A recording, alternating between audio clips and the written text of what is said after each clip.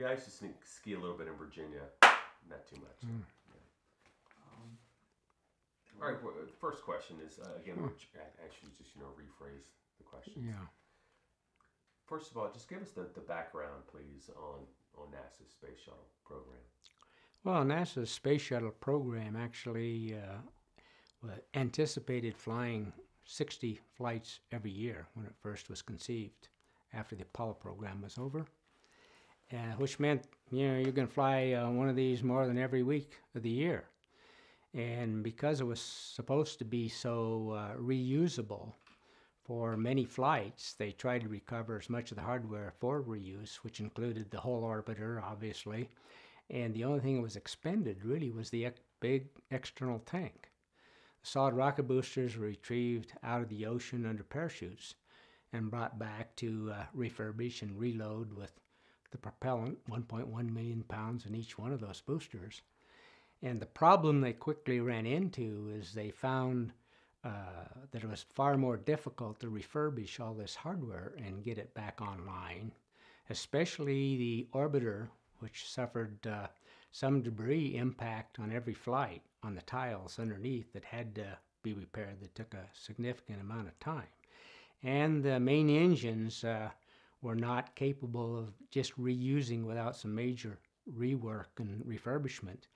And even the solid rocket boosters, removing all the old spent and charred insulation out of the case and reloading it was a bigger job, I think, than they really ever anticipated. So it became quite evident that that kind of a flight rate wasn't really possible at all, and dramatically dropped from that. But that was the conception of the shuttle in the first place, was a real freight train to space.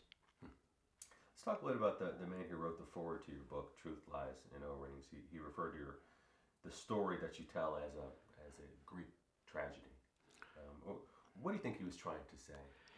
Well, I think what Jim Hansen, who worked with me on the book as my co-author on this book, tried to examine the space shuttle disaster itself, the Challenger, and how that occurred. Why did it occur on Challenger? Why didn't it occur some other time with the success of the program?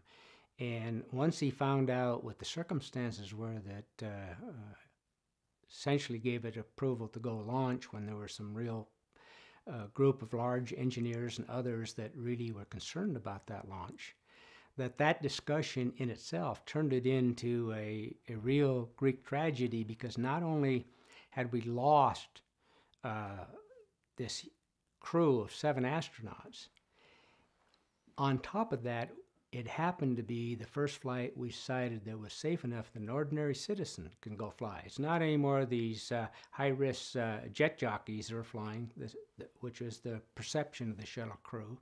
Up to that time, it was somebody off the street, and it was a school teacher. And the administration had made that decision that it should be a school teacher, which frankly I fully agreed with. If that was going to be the first group, it should be. They had over 11,000 teachers that applied to have that opportunity to do that before Krista McAuliffe was selected. So by her being on that crew in the first shuttle flight, and when you look back in history, it's kind of amazing to realize that, gee, between us and the Russians, we've been putting people into space for a quarter of a century. Never had an accident. And it was considered a very high-risk operation trying to get to space. And here was the very first accident we ever had of launching people into space, and we had this ordinary citizen that everybody was watching in all the schools and all. So it was a Greek tragedy from that standpoint. It hit the ordinary person in the street, because they can realize and associate with school teachers. They always felt the astronauts were kind of this high-risk group that did these things anyway, just like test pilots at Edwards Air Force Base. So it made it really hit home. In your book, you make it a point to define the word accident, using Webster's dictionary as a happening that's not expected, foreseen, or intended. In your opinion, was the Challenger tragedy an accident? Well, when I define accident, I put all those terms that describe accidents, and some of which didn't apply to the Challenger, because of the discussion from the night before about being not foreseen, anticipated, because there were people, good engineers, that felt the conditions at which it was launching made it subject to far less safety, but couldn't prove it would fail. But it was certainly in a high-risk area, and therefore most accidents, you don't have that opportunity to make a decision to prevent it. In this case, there was an opportunity for a decision to prevent it.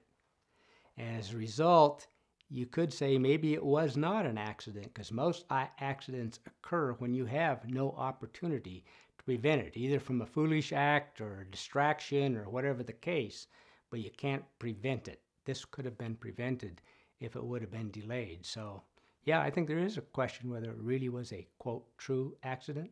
And that's why my book, I describe it as a disaster, not an accident. And that's definitively your thought. That's my thoughts, yeah. Long before the shuttle launch, there were serious questions about the O-rings, and there's also questions about the nozzle erosion. Can you walk us through those issues that Morton Thiokol was dealing with then? Yes, there were two major issues in the solid rocket boosters from returned hardware. One was the excessive erosion we'd seen in some of the nozzles, and also some erosion on the O-rings, both in the field joints and in the nozzle joint on the boosters. At the time, it was clear that the most important one was associated with the nozzle.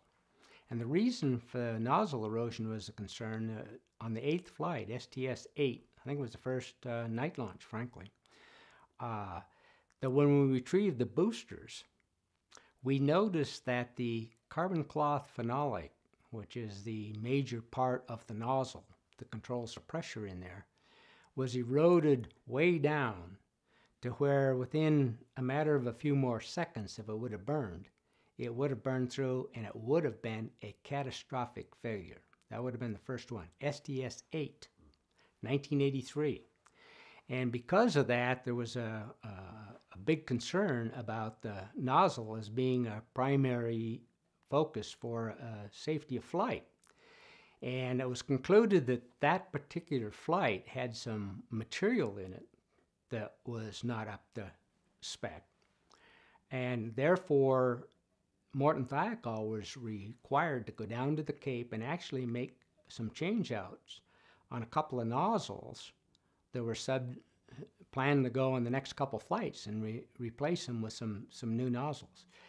And there was a big concern because of that every flight then we had to examine what the actual erosion was and to make sure that the post-fire condition retained the safety factor required for the shuttle. And everybody was alerted to that. The O-ring erosion problem wasn't near of concern for a couple of reasons. One is that the O-rings had redundancy. There was two O-rings in the system, one a primary and the other secondary.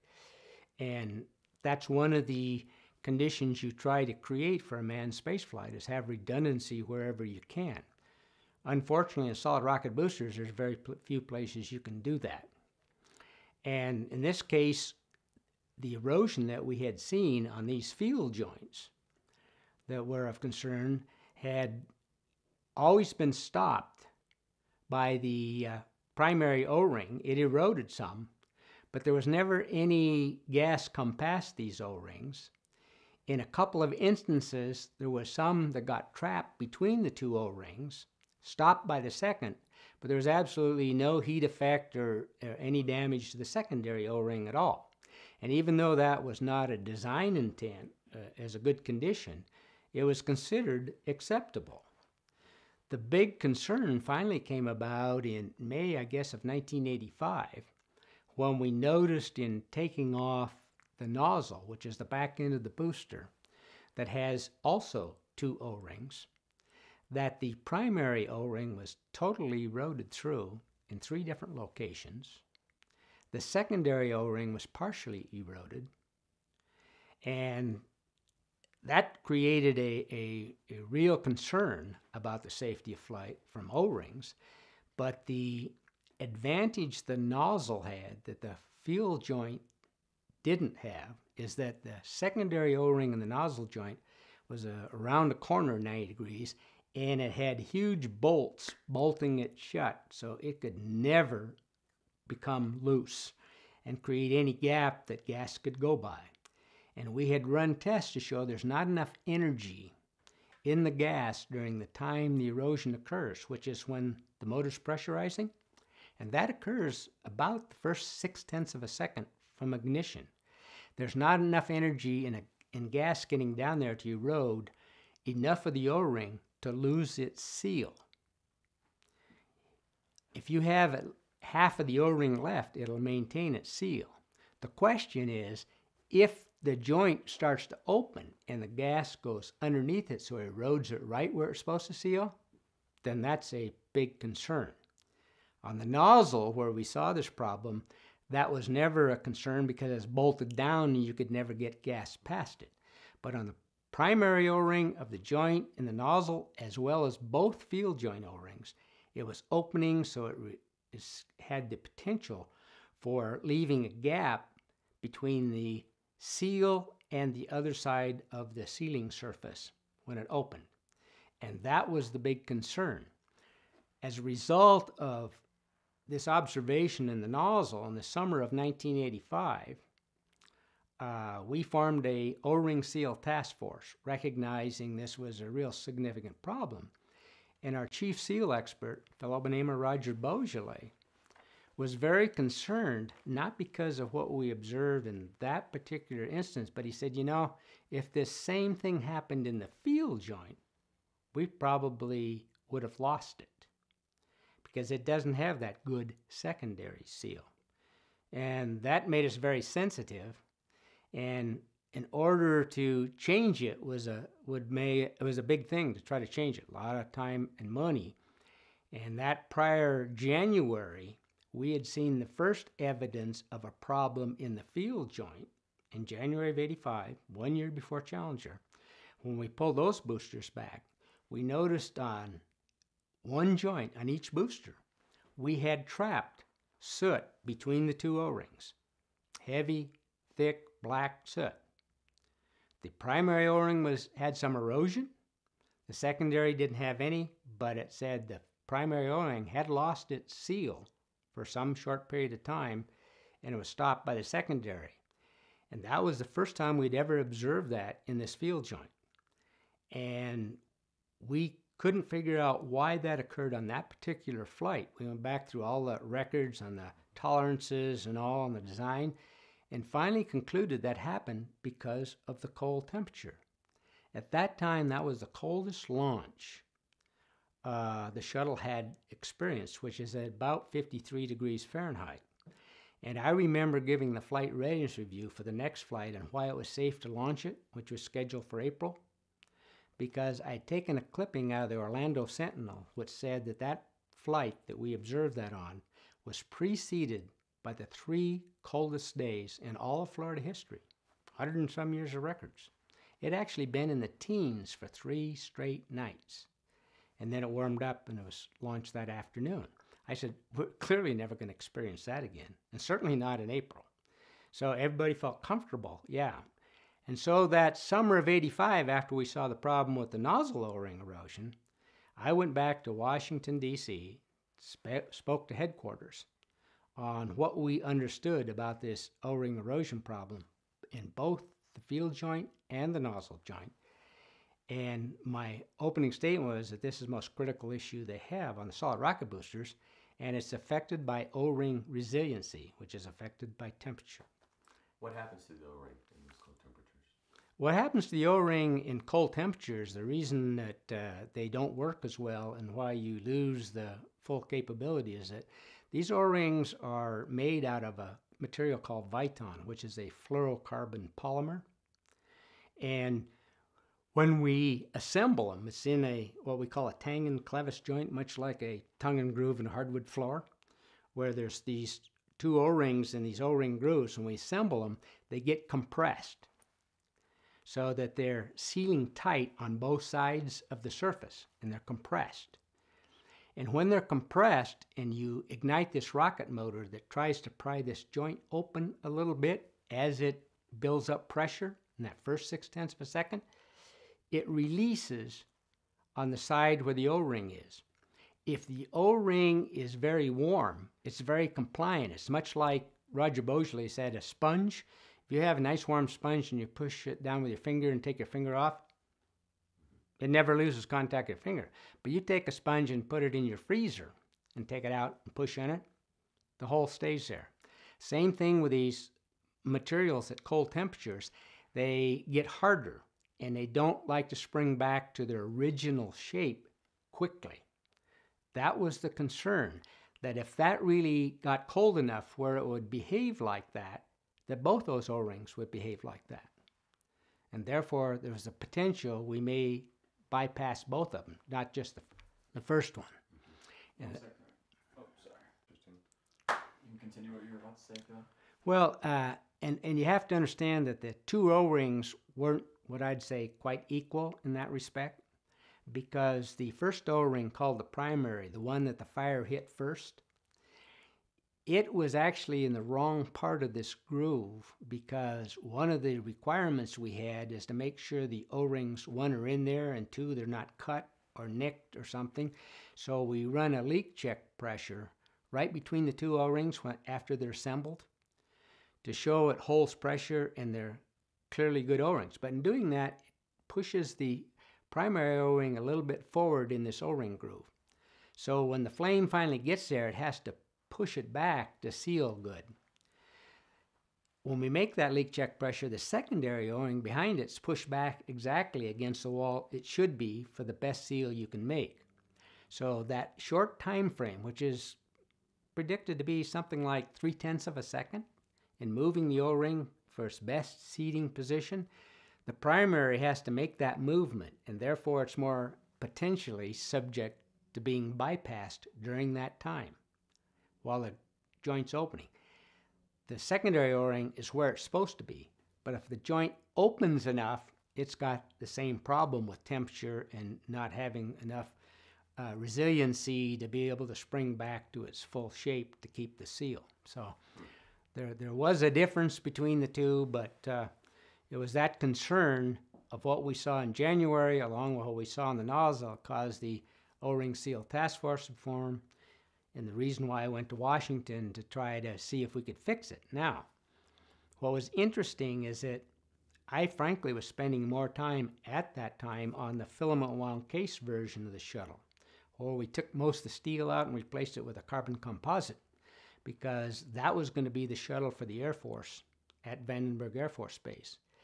And it was scheduled to be launched in about May of 1986. We actually had our boosters stacked out there on the pad with a tank at the time Challenger happened. And I was spending more time out there, and because we were changing the case from a steel case to a filament wound case, we were worried that that would even make this problem worse, because it's not as stiff as steel, and the case may bulge more and cause more opening. And the people that built the filament wound case for us, Hercules at that time, recognized this problem, because we had to join it just like the steel case. So we put these steel end rings on the end of this big carbon structure, and they decided that it'd be best if we put this double clevis kind of in there to keep that from bending more, because it's going to bend out more. And that frankly reduced most of that motion out of the joint. And that was exactly what I proposed at NASA that we go to in the steel case version. And we'd submitted a proposal actually in September '85 or something to do that. And it didn't get accepted because it costs too much. You clearly pointed out that mission specialist Ronald McNair, Commander Dick Scobie, and payload specialist Julie Resnick all flew in 1984, and in each those flights, the solid rocket boosters had shown signs of O-ring thermal distress at the time. That's correct. Four of those astronauts had flown in '84 with various joints that had erosion on the primary seals. Some of them were in the nozzle, some were in the field joints, some were actually in the igniter joint. The thing that ignites the whole thing in the front end, it also has some gaskets that are basically seals. And we'd seen some erosion on those. And all of those astronauts had some experience with some erosion on one, or some cases more than one seal on their flight. And what amazed me afterwards, that apparently they were never aware of that. Yeah, you assumed that they... I assumed that that was all briefed with them, and that they were aware that, yeah, that's one of the risks you're flying with, because we hadn't come to a good solution to how to resolve that problem to prevent it. How did that make you feel? Well, I felt that, these astronauts really were like the test pilots at Edwards, and there's a lot of risks they know they fly with. And frankly, I sat in on hearing what we call these in-flight anomalies. The things are, and I was more concerned with the debris impacts and all the tile repair. But I thought my number one concern was, I couldn't believe they came back and they noticed cracks in these turbine blades in the space shuttle main engines that run at 40,000 RPM. I personally thought that was probably the most likely thing if we ever have a failure, because it'll be catastrophic instantaneously if one of those blades ever comes loose. And when you looked at the items that were not performing the way they should, we were up there in clearly the top 10, but probably not as close to failure in my mind as others, which are what we call Crit 1 failures. There's no redundancy. And structure is the basic thing, has no redundancy, so you have to have a structure that maintains the safety factor over the entire envelope environment you fly it in, because if it breaks, the whole thing's gone. There's no backup. All the redundancy is primarily in the sealing systems and all the electronics and all that kind of stuff. But the basic structure is always of concern, and it doesn't matter whether it's in the tank or the solid rocket boosters or the orbiter. And so there were a lot of things that I knew would make most people uncomfortable. It certainly wasn't an airliner that some people perceived it was. Not even close. Sure. So can you explain what you learned in January 1985, 1 year before Challenger, the Discovery STS-51C mission, where both rocket motors were recovered? You discovered that both the primary and secondary O-rings had damage. Right. Back a year before the Challenger in January of 85, when we recovered the boosters from that particular flight, this was the first time we'd ever noticed when we pulled them apart that these field joint O-rings, actually in one joint on each booster, had trapped a significant amount of black soot between the two. And that the primary O-ring was eroded in both cases, and that meant that that primary seal, for some very short time, didn't maintain its seal to allow that soot. The secondary seal sealed perfectly and held it in check, so it never went past it. But it was a significant amount of gas to bring that much black soot, because it not only was very thick and heavy, it went mostly way around the joint in both of those boosters, which meant there was a significant amount of gas was actually trapped between those two seals. And that was the case that we didn't understand, because we'd never seen that behavior before in these field joints. And we finally concluded that it was a byproduct of being the coldest launch that we'd ever seen in the shuttle program up to that time, which was 53 degrees Fahrenheit. Mission specialist Ellison Onizuka was on his 1985 flight. That flight could have ended in tragedy as well, but he never knew how close he came to dying, right? That's correct, and I was really amazed that he was never told about the condition of the boosters in his case, and none of the astronauts were. That there was apparently a fairly big filter about how much of this information was passed on to him, but frankly, I also knew that NASA had a fairly large stack of these in-flight anomalies that they were dealing with. And how many of those they discussed with the astronaut corps, I didn't know, but I presumed that any of them were considered significant that could become catastrophic, that those would have been addressed. And these were in that category that, yeah, they could become catastrophic. I know I was going to want this. The astronaut's name, I couldn't catch it right away. Could you rephrase that instead of saying he, his name, wasn't aware? And then you can Sure. just kind of... Yeah. Sorry about that. Ellison Onizuka, who had flown the shuttle in January of '85, his boosters came back with soot trapped between the O-rings in one joint on each booster. And we attributed that to the cold temperature of that launch, which at that time was the coldest we'd experienced, which was 53 degrees Fahrenheit. I was amazed that the astronauts, including Ellison himself and the others, weren't aware of these in-flight anomalies that recorded these. In fact, NASA maintained a problem report that was very thick of every in-flight anomaly on the whole shuttle on every launch.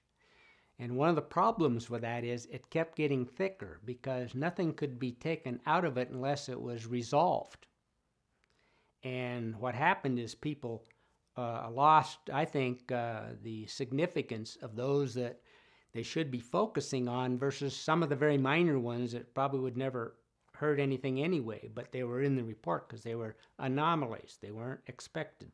They weren't planned, but they were things that probably had very little impact on flight safety versus the ones that were very important that could. And they were put in different categories, but they were all in the report. Were the astronauts privy to this information? Could they have requested it in hindsight? Or? I would presume they were. I can't say for sure. I wasn't involved in who got distribution of that, but I would presume that they had access to that if they wanted it. Whether it was something was automatically sent, say, to Johnson and the Astronaut Corps, I don't know. April 1985, the O-ring problem gets worse. Challenger flight STS-51B, primary O-rings lost, secondary O-ring has significant erosion. You would think at this time it would be all hands on deck. We have a major problem, but that didn't appear to happen. Well, it really did initiate real focus on this because this was the very first time that we had actually what I consider violated the primary O-ring and that caused enough gas to damage the secondary O-ring in any joint. And this happened to be in the case to nozzle joint, and the damage was extremely significant. It wasn't a matter of just a little bit of the primary.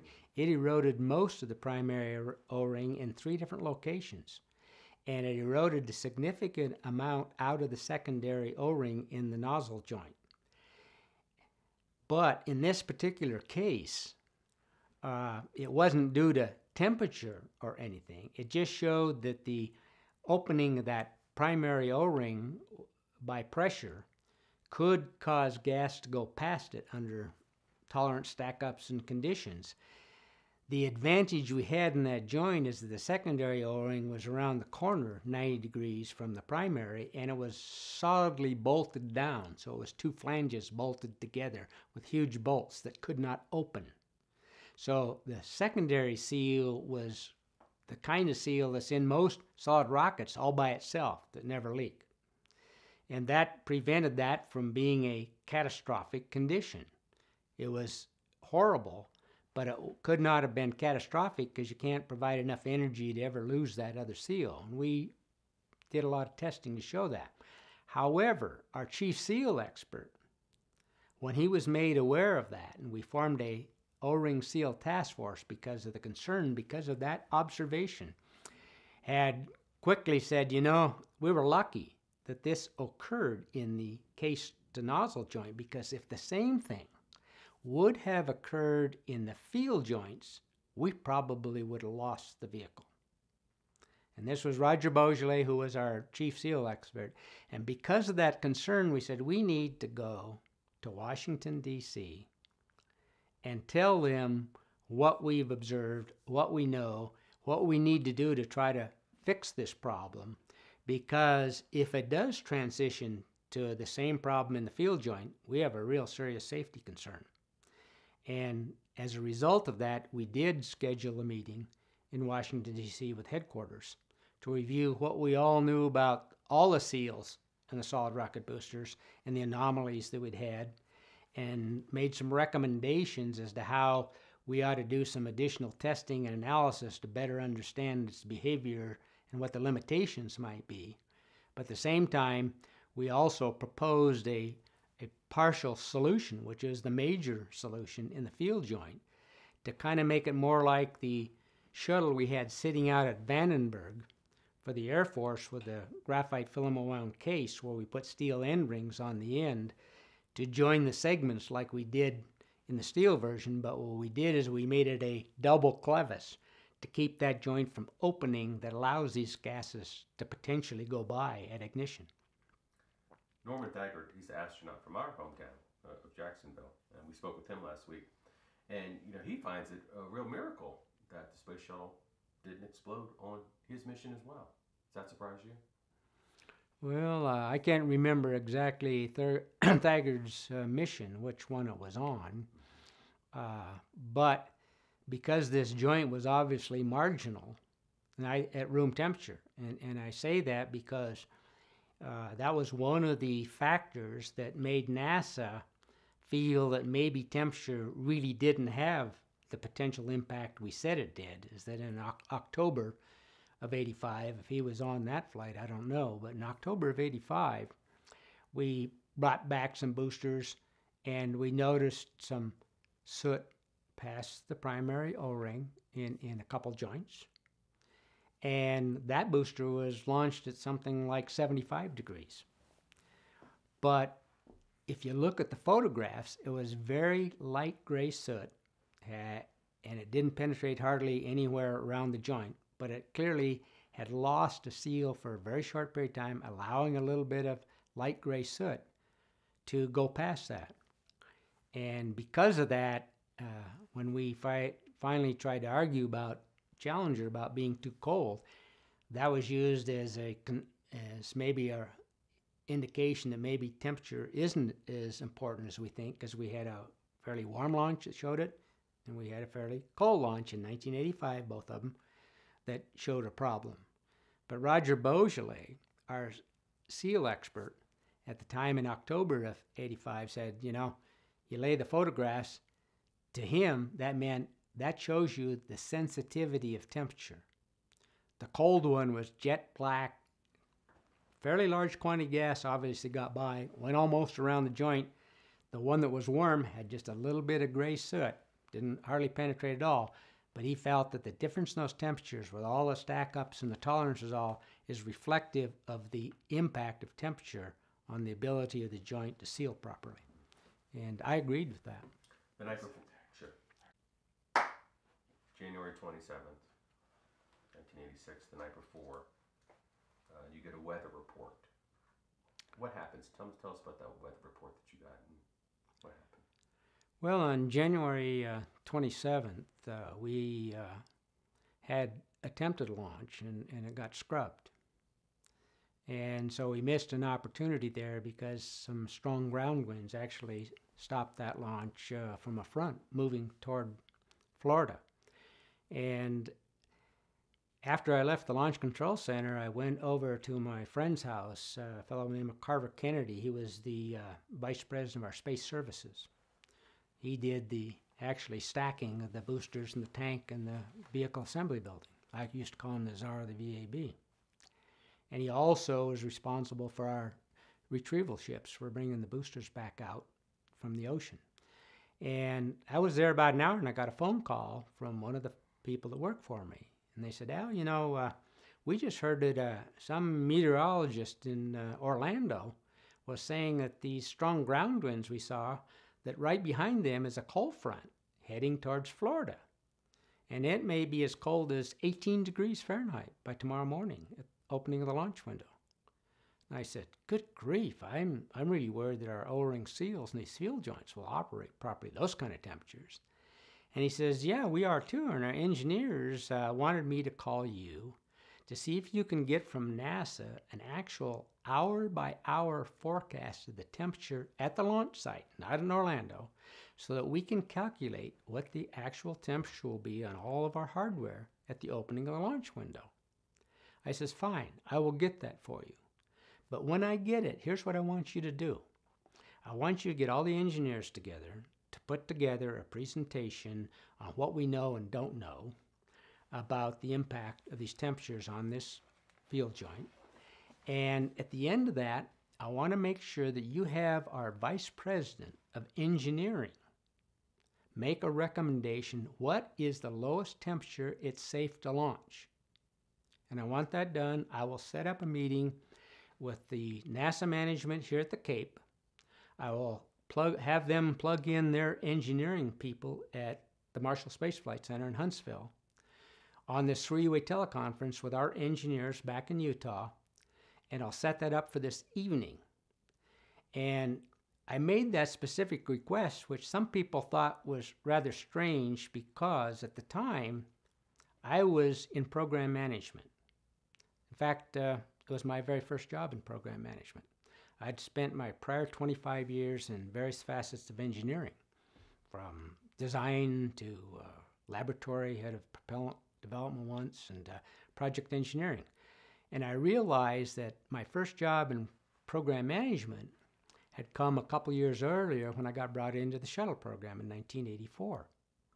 And I realized a program manager's hat is much bigger than an engineer's hat, because they not only have to worry about all these technical issues in their program, they have to worry about costs, they have to worry about budgets, they have to worry about schedules, they have to worry about customer relations. That's all part of their job on their platter. And I felt that this was a thorny technical issue that ought to be decided totally on its technical merits only, and it ought to be done by the people that understood the problem the best, those in engineering. That's why I made that specific request. Was that during that conference call? That Well, made that request to consult between KSC, Marshall Space Center, and Morthaiko? That was the arrangement I made for that conference call, and we had it that evening. Tell me about the conference call. Well, the conference call started a little after 8 o'clock that evening, and the engineers did exactly what I asked them to do. In fact, most of the charts were all handwritten. They didn't even have time to type them. And the engineers that prepared them were on the teleconference presenting them, because they faxed all the charts to the Cape and also to Huntsville, and went through their charts. Roger Beaujolais was one of the major ones, Arnie Thompson, and they presented all what they knew and didn't know. And when they got all done, the Vice President of Engineering came on, a fellow by the name of Mr. Bob Lund that I had requested, and he said, based on what his engineers had presented, that he would not recommend launching below 53 degrees Fahrenheit. Now, that obviously was based on the observation we'd made just a year earlier on that flight where we saw the soot trapped between these two O-rings, significant amount. I was shocked at the response from NASA, because I had presented every flight res view for the past 2 years, every one of them, and there wasn't one that I didn't get up and get questioned that I was sure that we have not compromised a safety factor because we delivered some hardware had some defects.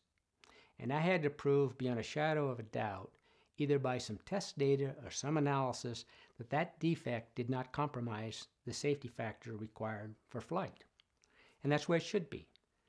And what surprised me is they started questioning the basis for that recommendation and said that they didn't feel that we had substantiated the need to placard the shuttle to that temperature limit, that we didn't present any hard test data, we didn't present any hard analysis, that it was based primarily on, quote, a qualitative observation, which it was from the prior January. And furthermore, as far as they're concerned, they don't think the temperature has necessarily anything to do with the capability to seal the joint, because we showed some data that back in October, we had a launch where it was at 75 degrees and we saw some soot between the O-rings. And that's when Roger Beaujolais got very vocal about, as far as he was concerned, if you look at those, it's the influence of temperature. And I I was really surprised that Mr. Larry Malloy, who was the head of the solid rocket boosters, said, well then, Thackle, when the hell you want me to launch? Next April? Fairly intimidating statement to make in this kind of environment. And then he said, you know, the eve of a launch is a hell of a time to be changing the launch commit criteria. So then he asked his engineering guy, George Hardy at Marshall, what his position was. And he basically said that he was appalled at the recommendation we made based on the information we had. But he wouldn't go against the contractor's recommendation. Tell me again, what did NASA's Larry Malloy say in his comment, and then how did that make you feel? Well, he said, when the hell are we going to launch next April? What?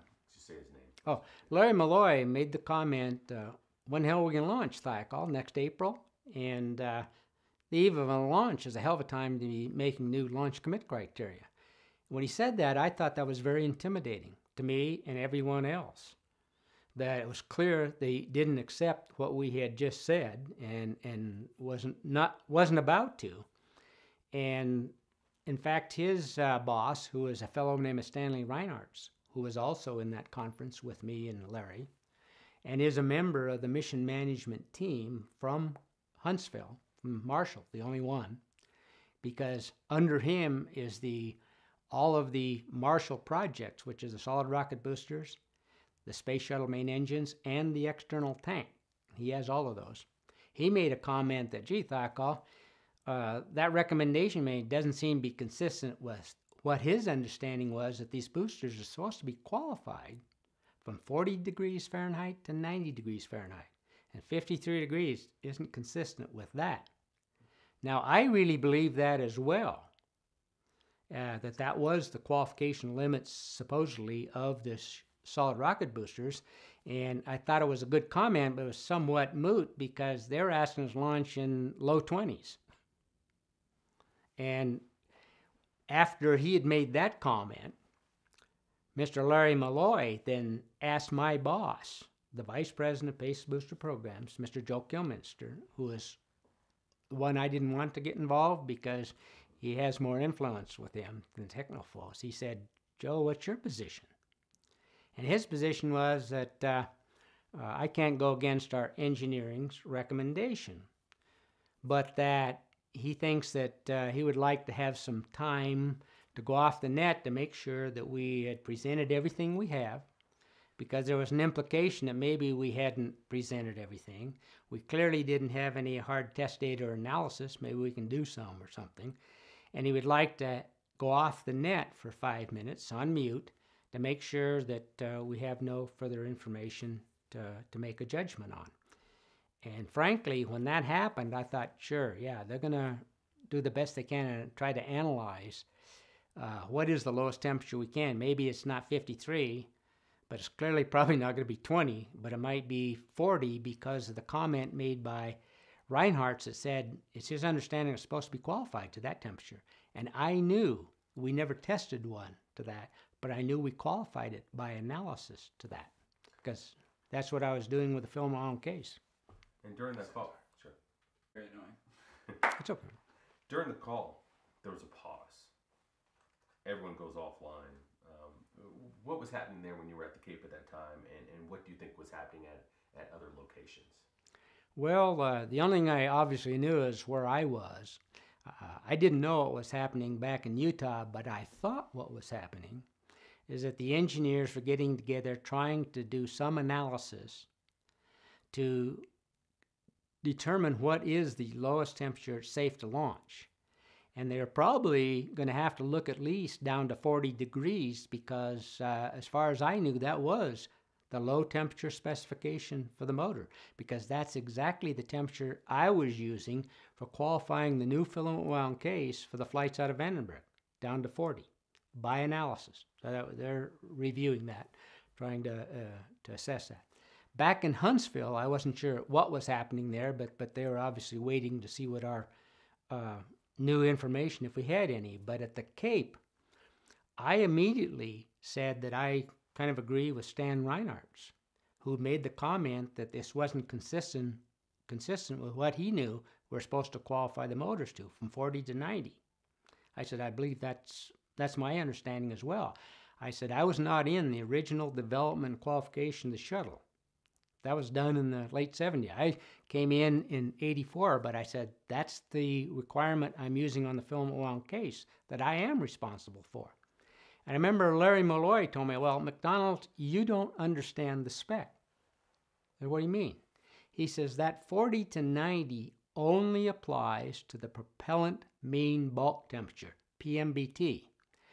And that's put in there to make sure that on the low end of the temperature, we have enough energy to get to orbit, because there is an impact of temperature on the energy of the propellant was burned. And the high temperature doesn't exceed the pressure capability of the boosters because it burns hotter.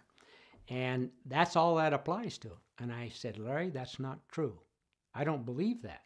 I said, that's an asinine statement to make. I said, we have so much propellant in those boosters, 1.1 million pounds, and it's a rubbery material. It's actually a very good insulator. I said, you could expose those solid rocket boosters to minus 100 degrees Fahrenheit for several hours, and you would not change the PMBT, the propellant mean bulk temperature of that, by more than a few degrees. I'm sure the spec never intended that.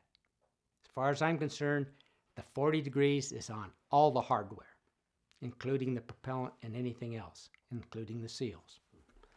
And he says, no, you don't understand it. So that was the argument I was having during the caucus back in Utah. Mm-hmm. And then now everyone's back on the conference call. Your engineers recommended against flying because of the cold temperature in the O-rings. So what was ultimately decided and why? Well, what I found out later, what happened back in the conference call, was that because it was clear that NASA was very upset at the recommendation we made, at least, and questioned the basis for it, and didn't consider it a legitimate conclusion, that I thought they were running analysis. That isn't what happened. What happened is that, first of all, the engineers got put into a position to prove that it would fail at the expected temperatures. Now, that's a totally different question than prove that it's safe.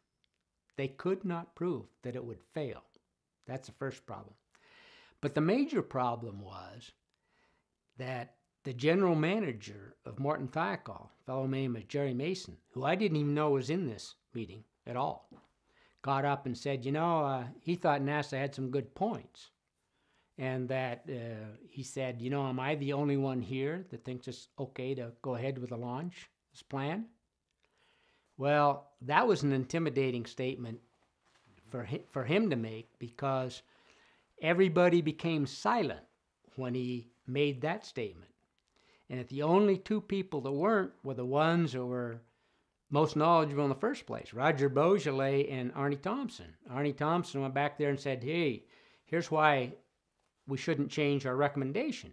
And Roger went back with the two photos and showed them between the cold and the hot. We're going in the direction of this one. It's going to get worse. We don't know where the cliff is, but there's one out there someplace. And they said, well, that's no new information, Go sit down, unless you can bring some new information to the table. And so the general manager then made a conscious decision to pull his vice presidents. Forget all the rest of the engineers in the room. And he had a vice president named Cal Wiggins that ran the space division. And he had a vice president of engineering, Bob Lund. He also had a vice president of programs, my boss, Joe Kilminster. So he said, I think it's time that we vote, because we have to make a management decision. Well, he got quickly two of those votes from his division manager, Cal Wiggins, to say, yeah, I agree with you. And Joe was a little reluctant, but he finally did. But Bob Lund, the vice president of engineering, didn't vote. And he says, well, Bob, he says, we do have to make a management decision. He said, it's time for you to take off your engineering hat and put on your management hat. We've got to make a decision. Now, that's an intimidating statement as well. And as a result of that, Bob Lund changed his position to go ahead with it. And therefore, it was recommended to proceed. And at the Cape, I didn't realize that was happening.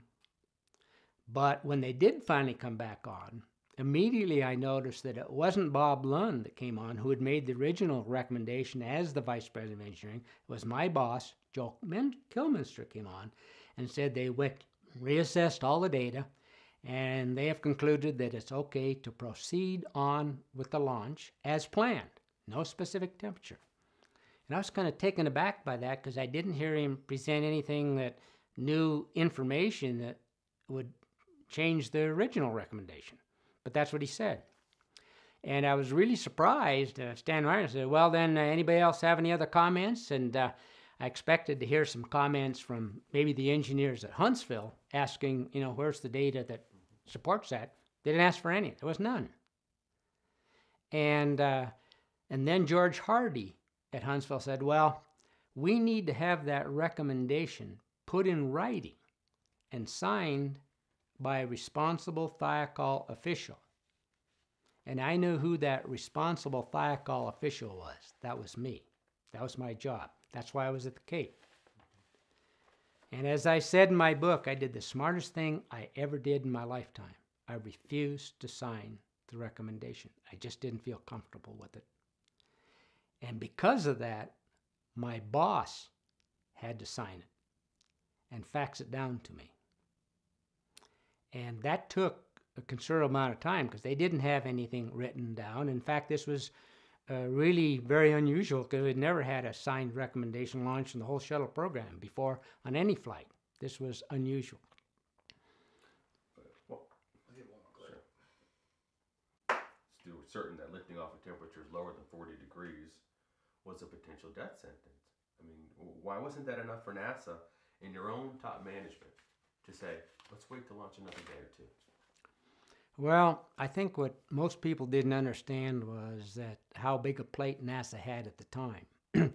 Looking at a more macro scale, they had suffered, the prior launch had more delays than any launch prior in history. The one that Congressman Bill Nelson was on.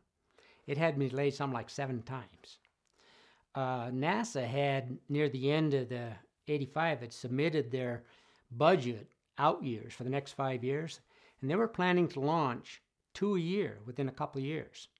2 a month, 24 flights a year, and that was in their budget. Huge ramp up in the budget. And they got chastised by the press because the prior launch was delayed so many times. The Orlando Sentinel had an article there saying, NASA claims they're going to be launching 2 of these a month in the next couple of years, and they couldn't even launch one in a month that was already ready to go, declared ready to go, which was true. So they had to prove that they were capable of doing that. Now, with the prior launch moved to January, now we have a Challenger in January. We have 2 that month. The other thing was they knew they were scheduled to maybe launch 3 in May. And NASA had just completed, or is about completed, the development of a new upper stage to carry in the cargo bay, a liquid oxygen, liquid hydrogen stage called the Centaur G Prime. Big stage for planetary missions and all. That required some significant modification in order to fuel that system in the cargo bay of 2 orbiters. The first one was supposed to be launched also in May of '86. One of those orbiters was Challenger. So they had to get it back ASAP to get that mod in to support that schedule for carrying that big upper stage. So that was another forcing factor. Plus, they had to prove they could launch 2 a year to support their out-year budget that they were claiming. And they were under such pressure to try to hold the schedule because they're already delayed from the prior flight. They were losing schedule. And it was obviously more than they could ever accomplish. But they were focused on doing the best job they could to do that. And I always say that, you know, success breeds complacency. I also believe and this happens with people, including myself. You know, if you're extremely successful, it's hard to realize the warning signs that might be there. When you look back at the space program, this was the same agency that had rescued Apollo 13, which is absolutely almost miraculous, of a spacecraft halfway to the moon that blew up part of its, and actually rescued those people in real time, figuring out what they had to do to keep them alive and get them back home. That had to be far more difficult and complex of a situation, some cold O-ring, of causing a catastrophe. They'd never suffered a catastrophe. And it's pretty hard to get yourself in a mindset, you know, figure, gee, man, you can do anything. You're a success-oriented organization. You've accomplished things that people can't hardly comprehend. And I really think that's part of the reason why the agency, as successful as they were, it was working against them in that kind of a situation. Do you think that the world was watching the first teacher, Krista McCullough, on the flight? Did that play a role in the PR? Well, I think it really played a big role in the PR. I think NASA's association with the teacher in space on this launch, and from the PR given to that astronaut, Krista McCullough, it played a role in a couple of, from 2 points. One is that it was the first ordinary citizen that created a group of people watching this launch far greater than they'd seen for a long time, because it became quite routine. The second thing was, if you look at the last interview with Krista when she landed at the Cape, she made a comment about how she was really excited about going up tomorrow, which was the 28th of January, because her lesson plan was to provide a lesson to all these children in the schools on the 4th day of the mission. Tuesday, Wednesday, Thursday, Friday. 20th January was on Tuesday. Friday would have been the day that she would be giving this lesson plan to all these children in the schools. If it got delayed one more day, that would have pushed it to Saturday. How many kids are in school on Saturday? Now, from my perspective, that doesn't mean they couldn't say, well, let's make it day 3 or something, but that was part of the press picked up on that there was more pressure also to meet that because they'd already delayed it. She should have been launched on Sunday, the 26th. That was their original schedule. That got delayed till the 27th. They aborted again. Now that's the 28th. So I can't say if there was plans to change that or not, but it had to be additional pressure with the notoriety of the, and then the press also pushed very hard. In fact, that the 28th was also the State of the Union address by the president that evening. And he was very much responsible for getting this teacher in space program in the first place. Was this the first time that it had ever happened that Morton Thiokol was asking for a recommendation for a launch to be put into writing? Well, this was the first time that Morton Thiokol, first of all, ever made any recommendation not to launch. In fact, as far as I know, it's the first time any contractor in the whole shuttle program ever made a recommendation not to launch. The second thing was, we were not aware, and I don't know of any other at any time where people required to put it in writing. The final go-ahead for launch was always done orally on the headset, that you either go or go, and everybody is asked to go. And it's done orally. It's not done by signing anything.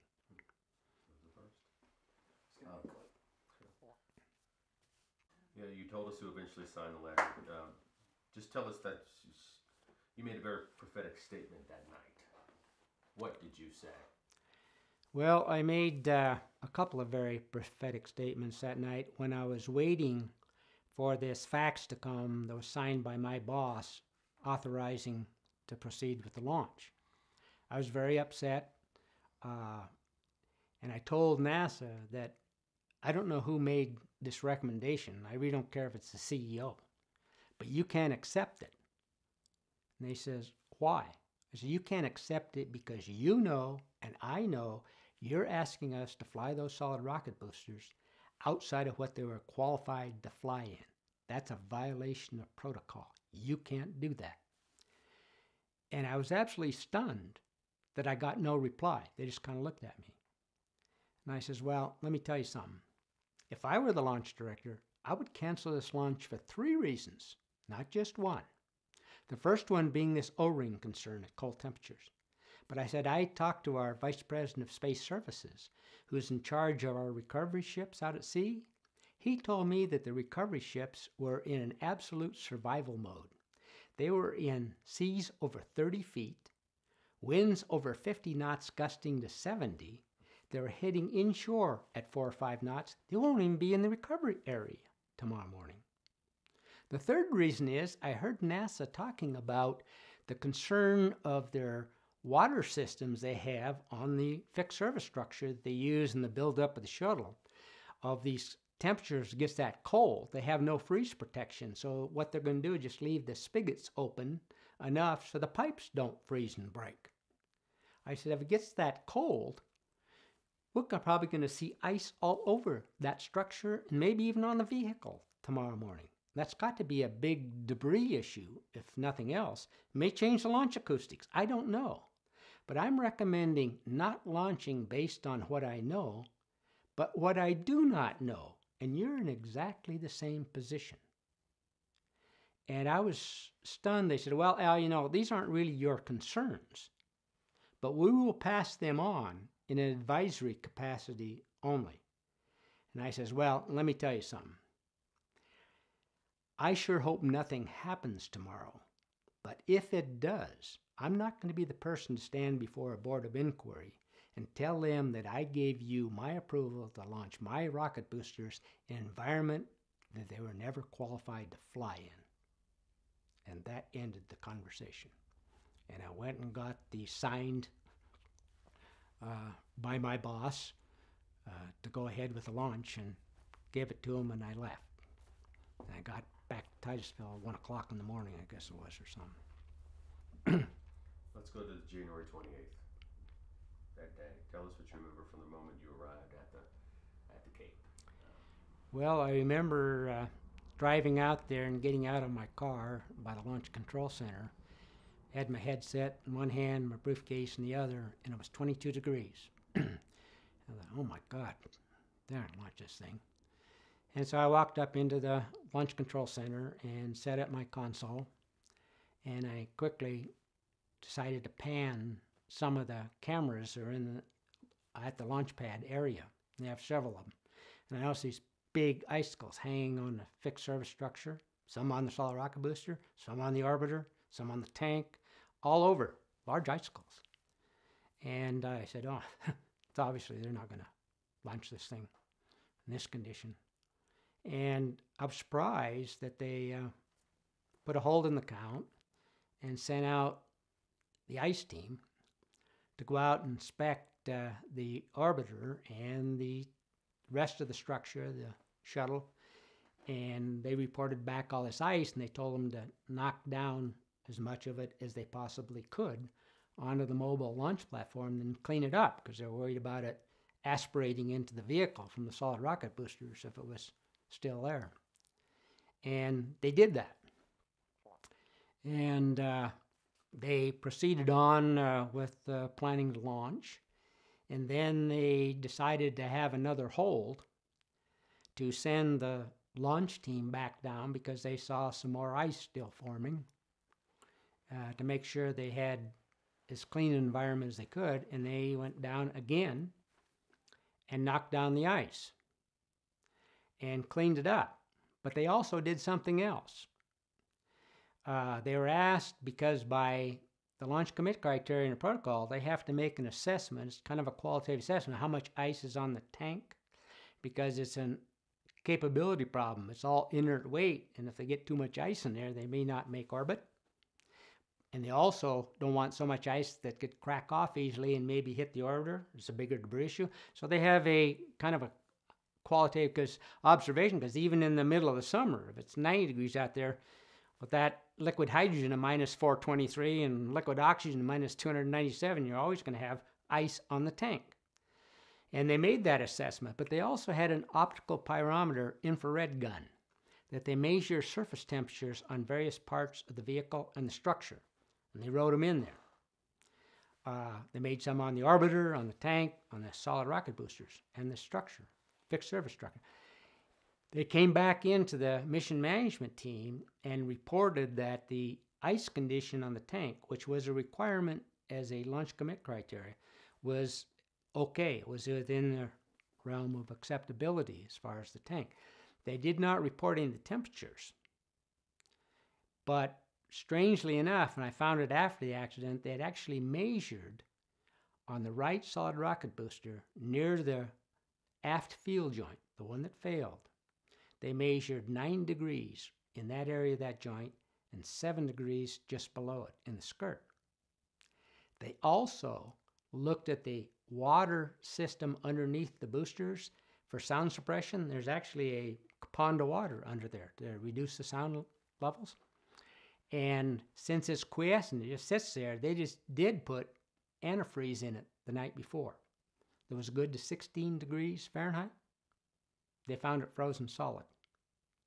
They broke it up and with fish nets took it out. That was recorded in their log as well. That was not reported to the mission management team. Nobody knew about that at the time. So the mission management team concluded that the tank is okay. There had been concerns raised by Rockwell about the ice debris issue from the fixed surface structure. And NASA had a group of people at Johnson running some analysis on whether any of that ice could actually get close enough to hit the tiles of the orbiter or not on launch, and they ran some analysis, concluded that it couldn't. And therefore, even though Rockwell warned that they couldn't guarantee it was safe to launch under those conditions, they decided their analysis said it was probably okay, so they proceeded into the final countdown. Frankly, I was sitting there with my headset on, and I personally believed if this failed because of the concern that we had on the O-ring seals, that it would leak within the first 0.6 of a second, and this whole thing would explode before it ever cleared the tower. It did not do that. I watched, it was 73 seconds later before anything really happened. And I was convinced that the boosters worked just fine. So let's, before we get to the 73-second point, launches 0.6 of a second passes, 20 seconds pass, 30 seconds. Were you breathing a sigh of relief at that point? When the shuttle was first launched, I breathed a great sigh of relief when I saw it clear the tower, because I felt that if it was going to have a failure due to an O-ring leak that we were worried about, it would have happened and all blown up by the time it cleared the tower. So I really felt that, boy, we dodged a bullet. It was just fine. And I was absolutely stunned, like everybody else was, when I saw this whole thing explode at 73 seconds. I couldn't believe that it was a byproduct of our concern, and frankly thought that it must have been a cracked turbine blade came off of the main engine that caused it, or the tank structure itself broke open, because the only thing I could still see flying were the 2 solid rocket boosters. Everything else had totally disappeared in this big explosive cloud. And they were still flying as if nothing happened. What was going on in NASA control then? Where were you sitting? What was I was sitting in the Launch Control Center support room. There's 2 different rooms. There's the mission management team room, which was all NASA people, and the launch director. And Mr. Stan Reinhardt from Marshall, that was their representative that I talked to the night before, was in our meeting, was a member of that team. and essentially a guard there with an M16 between them. They launch it. They have a support team, which are engineering folks from all other major contractors in this adjacent room, which I was in, with consoles, that have a headset that has direct contact with the launch director. If you see some data that says, hey, we ought to do something that's out of specification or something. So you have that contact, but there's essentially a screen that carries all of your data for your system, and then there's a TV viewing from NASA Select kind of next to it that you can see what the film is showing. And at the time, when it finally exploded, everybody was just absolutely stunned and shocked. And I could hear people behind me actually sobbing. They knew that this wasn't survivable. There was something horrible really happened. And I was one of those equally shocked, and I kept looking at the screen and had my headset on, and all I could hear was RTLS, RTLS, RTLS, and it means return to launch site, return to launch site, to the orbiter, and obviously nothing came back. Because of what happened then, immediately the launch director came out, and the head of the mission management team said that they're freezing everything on the screen, and for nobody to write down what's on that screen, whatever data, whatever's there. The doors were immediately locked. The phones were all disconnected, so nobody could make any telephone calls, and that all of the data was going to be basically treated as secret, and that nobody was allowed to leave the complex to even go to the bathroom. And they did that for about 2 hours. They finally let people go, and then they announced that they were forming these various failure teams in various areas, and if those people had to stay, and I was on one of those. Was that odd? Was that protocol? Well, I think that part was protocol. As far as how they handled it, it was clear that they were not prepared for that, and that a lot of they had a procedure out in case of an accident. Here's kind of what we do. That I noticed they changed a lot of the names of the people who are going to head certain things after the fact and all. And, you know, it was a first major failure. So you got to expect that these things aren't going to go very well. But I think they wanted to make sure that none of the data got leaked out to the press before they had a chance to analyze it and make some judgment as to what it may mean. Was there talking amongst yourselves? Did you cry? I didn't cry. I wrote down, in spite of what he said, the only thing that I saw in all my data that was unusual. And what I wrote down was that the right solid rocket booster was 20 pounds per square inch lower in pressure at the time this explosion occurred than the left one. But that was still within the specification. But that was unusual. I didn't see anything else unusual. And I just made a note of that.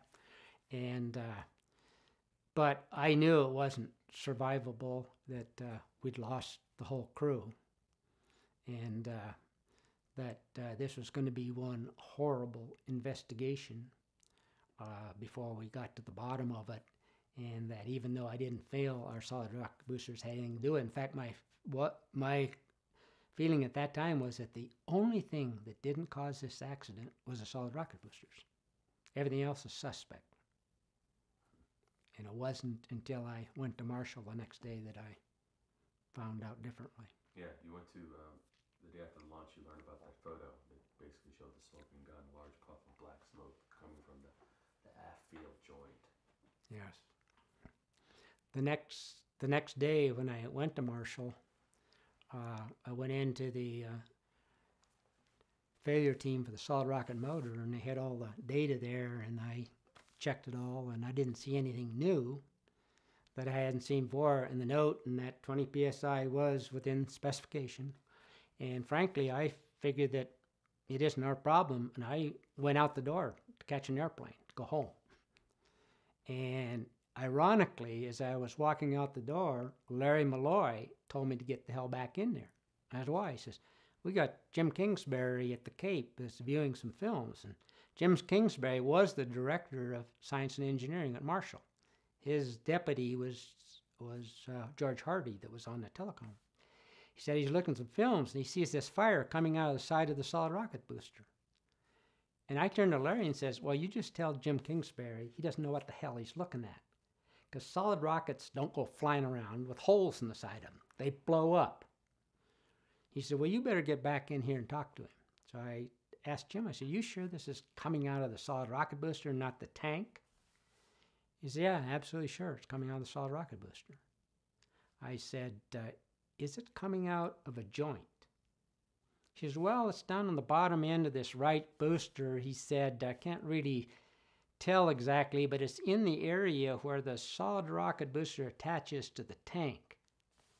I said, yeah, that's called the ET attach section that we put on the forward part of the aft field joint. That's where that joint is. And I said, well, have you ever looked at any of the film of the actual launch on the as it was lifting off? Because I don't know how we could possibly had a problem with a seal that waited till 73 seconds to cause this failure. He said, I said, go get the film that's looking right at that area that you see in flight this fire coming out of. He called me back about 10 minutes later and said, well, we got that camera and all, but it froze up. And I've always told, this is Murphy at its best. There's a lot of things that happen in accidents that are Murphy. And I said, well, then go get the camera that's closest to that. And he did. And that's when he told me he saw this puff of smoke coming out. And I said, I'll bet it's around 0.6 of a second. He said, yeah, 0.638. And then I realized that the initial failure was exactly the concern that we had the night before. It just manifested itself in a final failure much different than we would have anticipated. Because what really happened is that it leaked for the very reason we thought it might at 0.6 of a second. But as that flame went and burned the primary and secondary seal that allowed the gas to get all the way out, the solid propellant is basically uses aluminum powder, very fine aluminum powder, as the primary fuel. And it's put into this hydrocarbon polymer, and we add ammonium perchlorate as the primary ingredient, which is ammonium perchlorate. When it dissociates, it releases a huge amount of oxygen that burns this aluminum, burns it to aluminum oxide. Aluminum oxide normally is a fairly good high-temperature ceramic. It's used to protect things up to 2,000 or 3,000 degrees Fahrenheit. But at near 6,000 degrees, where this propellant burns at, it's liquid. And it's very fine liquid droplets carried by this hot gas at that temperature. And as it burned the O-ring, it hit this cold, solid metal, and it solidified right where it burned the O-ring and formed what I call an in situ ceramic seal. Sealed itself up. And there was no evidence of anything coming out of that joint after the first couple seconds at all until 73. And Murphy was there again. At 59 seconds, which is what we call max Q on the vehicle, maximum dynamic pressure, when the combination of the velocity of the vehicle and the air density puts the highest aerodynamic loads on the system, starts vibrating. Well, it just so happened that day was the first time that the jet stream was right over the Cape. That jet stream kept trying to push the vehicle sideways as it was going up into the air, and because it was trying to push it off its trajectory, the nozzles at the bottom of the booster would cant to get it back on trajectory. In the process of doing that, it flexes the vehicle. And that occurred right near max Q, broke loose this fragile ceramic seal that was formed by the aluminum oxide, so it started flowing out of that joint again at about 59 or 60 seconds. And 13 seconds later, it burned enough of the tank out that it caused the tank basically to collapse because it loosened the solid rocket booster struts that rotated the booster over on the oxygen top. Blew the bottom of the hydrogen came out, and it collapsed together, and that big explosion was a liquid oxygen and liquid hydrogen combining that causes the big explosion. The solid rocket boosters then got ejected off, and they kept on flying. But that original problem was exactly the problem we were concerned. It just manifests itself in a final failure different. Can you hit the button there? Yeah, I already hit it. You're good to go. Do you think the astronauts, I mean, it's happened so fast they probably have no idea. You ever think about that? Yeah, I did, because the very last thing they heard on the net from the astronauts was from Michael Smith. The pilot said, "Uh-oh," just before the explosion. So he had obviously seen something scared him. I ended up being part of the litigation a couple years later on that, and what was brought out was that very day of the accident, when NASA had their first press conference, they made it clear to the world that, this horrible disaster that occurred, the astronauts basically were almost killed instantaneously from the explosion and the high air loads that ripped this whole thing apart at that high altitude and that velocity. They didn't know till several weeks later, when they recovered the crew cabin, that wasn't the case. The crew cabin at the bottom of the ocean, separated from the vehicle, which surprised everybody, intact as an integral piece. The whole crew cabin, the back of the orbiter went away. The three main engines as a pod broke off together. They held together. And that these three major pieces came apart from this catastrophe, and that the crew cabin, where all the astronauts were intact. And what they found was that this crew cabin, when they were launched, was in a pressurized crew cabin, just like you get on an airliner. But they have emergency oxygen available to them.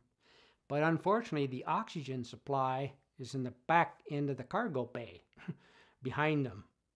So it got severed the lines, but they also have what they call PEEPs in there, personal egress air packs for each astronaut. And those are inside the crew cabin in case when they're on the launch pad and they get a leak, for instance, of the toxic fuels in the cargo bay, like hydrazine and nitrogen tetroxide that's used in the orbital maneuvering system, they can evacuate. Or if they see a fire on the launch pad or something, they can get out of the crew cabin and get out of there, and they put on these air packs. And they're basically air that gives them 2 or 3 minutes of breathing time to get away. Well, they acknowledged that the pilot and the commander both had their PEEPs on, and they can't even be activated unless it's done by a crew member behind them. And some of it was spent. They also said that others were also in their PEEPs. They did not say that everyone was in it, but my suspect, they probably all were. So they probably all died at water impact almost 3 minutes later, 2.5 minutes or so. And they also found an audio tape in the crew cabin that has never been released. And the suspect is that was an audio tape being made by Krista McAuliffe, because she was making one for her class about her experience of going into space. And the implication was that maybe that audio tape went all the way out to water impact. And it was never released at the request of the astronauts' families. But I see periodically where various parts of the press request it through the Freedom of Information Act to have it released, because I think theoretically it's probably government property or something. And I don't know whether it ever will be, but that is what really hard to take, is realizing they probably didn't die till they hit the water. Which would mean 3 minutes of falling. Right, 3 minutes of free fall. Probably a little over 200 miles an hour impact. After this happened, A lot of people were even calling Morton Thiokol, and phones lit up. I remember reading the book. People were calling murderers. Right. What was the reaction to that, and when did you find out about that? Well, I found out about it when I finally went home because as part of the failure team, I spent 20 hours a day for the first 3 or 4 days going through all the data, films, and everything I could find, hoping I could find something that said it wasn't the problem. Our problem was we were a secondary problem. And every time I spent more time, I kept finding a new nail in the coffin that supported that was exactly the initial failure that caused the whole problem.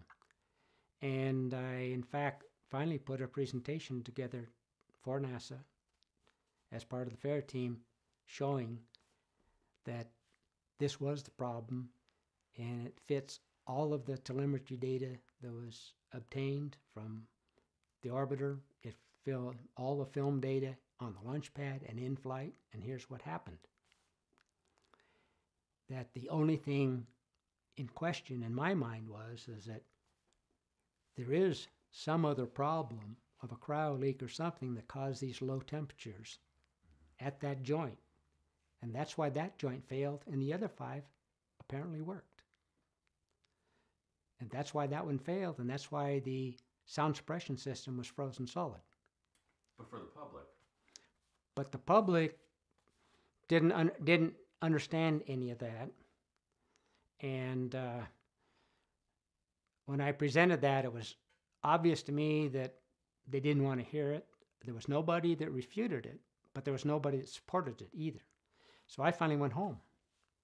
And and I was asked by, again, Larry Malloy, ironically, before I left, that I needed to update that presentation I gave to headquarters the prior summer, because one of the astronauts they sent down there to be part of the investigation was going through his files, and he pulled up this presentation I gave. God, you knew about this? Here it says there's a big problem. Resiliency, O-ring, field joint.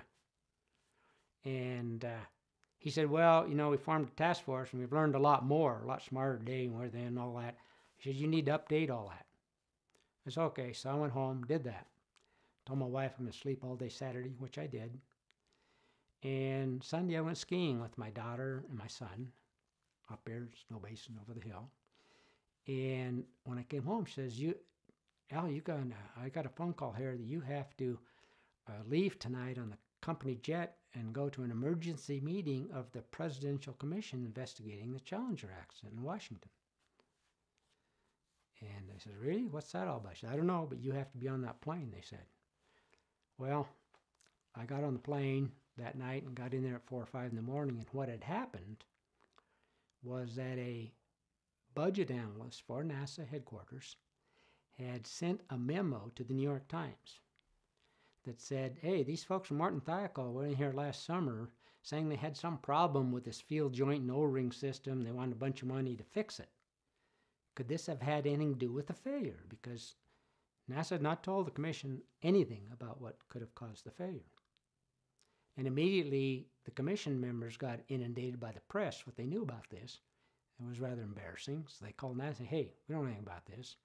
And, you know, this is from a budget guy. Does he have any, you know, he's making these statements, have any knowledge about the technical problems? And furthermore, why are you giving information to the New York Times you're not even giving to us? Very good question. So we want to have an emergency meeting in the old executive office building next to the White House Monday afternoon to discuss this. And that's why I went back there. And the Rogers Commission basically stopped their members in their tracks. You said the recommendation at the time from the data that was, tell us what you said. What did you say to the Rogers Commission? And where did you get the courage to just lay it all out on the line? Well, I went into that closed meeting, and frankly, I don't think I was even supposed to be in there because I'd given all my charts that they asked me to bring back. And I actually brought back a couple of engineers who work in our task force, are very knowledgeable about what we knew and what we were doing. And we're standing out in the hallway of the old executive office building, and NASA made it very clear that they were going to handle the whole meeting, present everything. If they needed any help from anybody, they would specifically request it. And they even said, here's where everybody's going to sit. Well, they didn't give any assignments to me. So they went in, closed the door, and I was standing in the hallway with two guys. And they said, what do we do? I said, well, let's just go in. So we went in. It was kind of a stadium-like seating in this conference room. So we sat up in the top. And I sat there, and Mr. Larry Malloy, who had given all these charts to us, going through this briefing, the commission, to make them understand what we knew about the solid rocket boosters and how they performed and what their problems were. And he did that for about an hour and a half, and they decided to ask a break. They took a break, came back. When they came back, Dr. Sally Wright had a stack of these pink telephone slips in her hand, and she says, you know, before we get back to the presentation, I got a call from returned one of these calls to a reporter here in Washington that said they heard there was some rumor that one of the contractors was so concerned about the predicted cold temperatures, they may even recommended not launching. Is that really true? I remember Larry Malloy's comment was, well, we had a lot of people had some concerns about cold temperatures on batteries and this and that. And then he said we also got a call from Morton Thiokol that wanted to remind us that we were going to be flying this shuttle outside of what our experience base was. And because of that, we had all our engineers on a teleconference with all of our engineers in Huntsville and the folks down at the Cape, and reviewed all that. And as a result of that, Thiokol told us to proceed on with the launch as planned.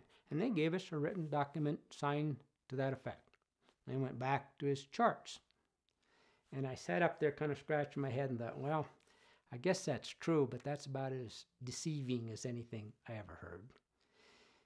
And he started to do more charts, and I finally couldn't hold it anymore, so I raised my hand. And I was sitting up there in the dark, and nobody paying attention, couldn't see, so I started walking down the steps. And interestingly enough, they were asking a question on one of the new charts they gave Larry, and Larry turned to me and says, hey, Al McDonald has something to add here. I says, well, I'd like to forget what's projected on the wall here and go back to this question that Dr. Wright had asked about whether it was true that a contractor may have recommended not launching. I said, I think that this commission should know that Morton Thiokol was so concerned about the cold temperatures that we recommended not launching below 53 degrees Fahrenheit. And I'll never forget Chairman Rogers standing up and looking at me and Neil Armstrong and kind of squinting. So, well, who in the hell are you? Here this guy came out of the audience and threw this grenade on the floor. I said, well, I happen to be the director of the Space Shuttle Solid Rocket and Motor Project for Morton Thiokol. And I was at the Cape at the time. He said, would you please come down here in front of this conference room and repeat what I think I heard? Because if I heard what I think I heard, this will be in litigation for years to come. My life changed when he said that, because I knew who was going to be in the middle of all this litigation for years to come, me. And I was for about 3 years. But I made a conscious decision at that moment that I was going to go back and write down as much detail as I could about everything that happened when I first came into the shuttle program in '84, the problems we had, how we resolved them, or whether we couldn't or didn't, what happened the night before the launch, what happened at the launch, what happens in all these hearings and in the press from now on out as a record, because it's going to be necessary for me to get through all this litigation that we expect to have in the next few years. And you might expect what happened after that, because when I went home, didn't go over well. I got called in by the general manager the next Monday. He said, first thing in the morning, he said, Al, you're no longer the head of the director of the Space Shuttle Solid Rocket Motor Project. You're now head of scheduling. I said, scheduling? What the hell are we going to schedule? I'm going to build anything. He said, well, that's your problem. You figure it out. We're going to, all your people going over here, even your secretary, you can stay in your office. It clearly was a non-job. And they were hoping that I would quit. And I seriously thought about doing it. And I probably would have if it hadn't been about an hour later, the chief scientist, a fellow by the name of Joe Pelham, my mentor, great guy, came into my office because he heard what happened. And he said, Al, he said, you know, this company is going to be under siege for the next several weeks and months while this commission's in having their hearings, providing all the records we have and the hardware and how we built it and everything. It's going to overwhelm us. He said, because of that, he said, I decided to appoint myself as a committee of one to figure out how in the hell we're going to solve this problem so it can never happen again. He said, I'd like to make that a committee of two. Would you join me? And I thought about that. I said, yeah, I think I know a way to fix this problem so it won't happen again. And that's a more positive thing rather than reliving the past that I was involved in. And I did that. Do you consider yourself a whistleblower? By the definition of it, it is, but I've never liked that term, and because too many people look at it as some kind of a professional snitch or something. They find something about something and they make it available to somebody. I didn't do anything any more than say exactly what I did and what I absolutely observed. Not suspicion, but observed. And as what I considered part of your professional responsibility. And people use that term, and frankly, I don't like it, but I guess in its pure sense, the term... I guess start from you don't need to rephrase the whole question, but you just say, I would not consider myself I would not consider myself a whistleblower by that name, because it's accepted as by most people as some kind of a professional snitch of telling what they saw or heard or knew about, and they're bringing it to somebody else that needs that information. I said all I did was tell these people exactly what I did, what I heard, what I observed, and what I participated in. And to me, that's just doing your professional responsibility, and the name whistleblower to me is a negative connotation for that. Do you ever look at your life and look back on the times and consider yourself a witness to history? Is there more of a reason, a spiritual reason why you think you were that guy? I guess when I look back and all that, to try to understand, you know, what the larger implication is of what I did and what I ended up being party to, I'll have to say that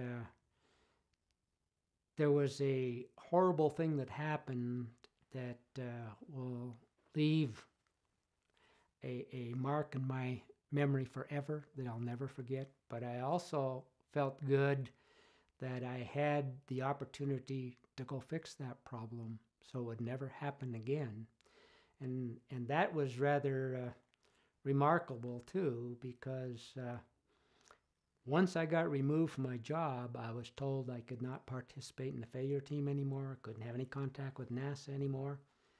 And it just so happened that 2 months later, in May of 1986, I was called back to Washington, D.C., because I was the chairman of the American Institute of Aeronautics and Astronautics Solid Rocket Technical Committee. And that was a 2-year assignment, and I was handing the gavel over to the newly elected chairman, which is always done at their annual meeting at that time.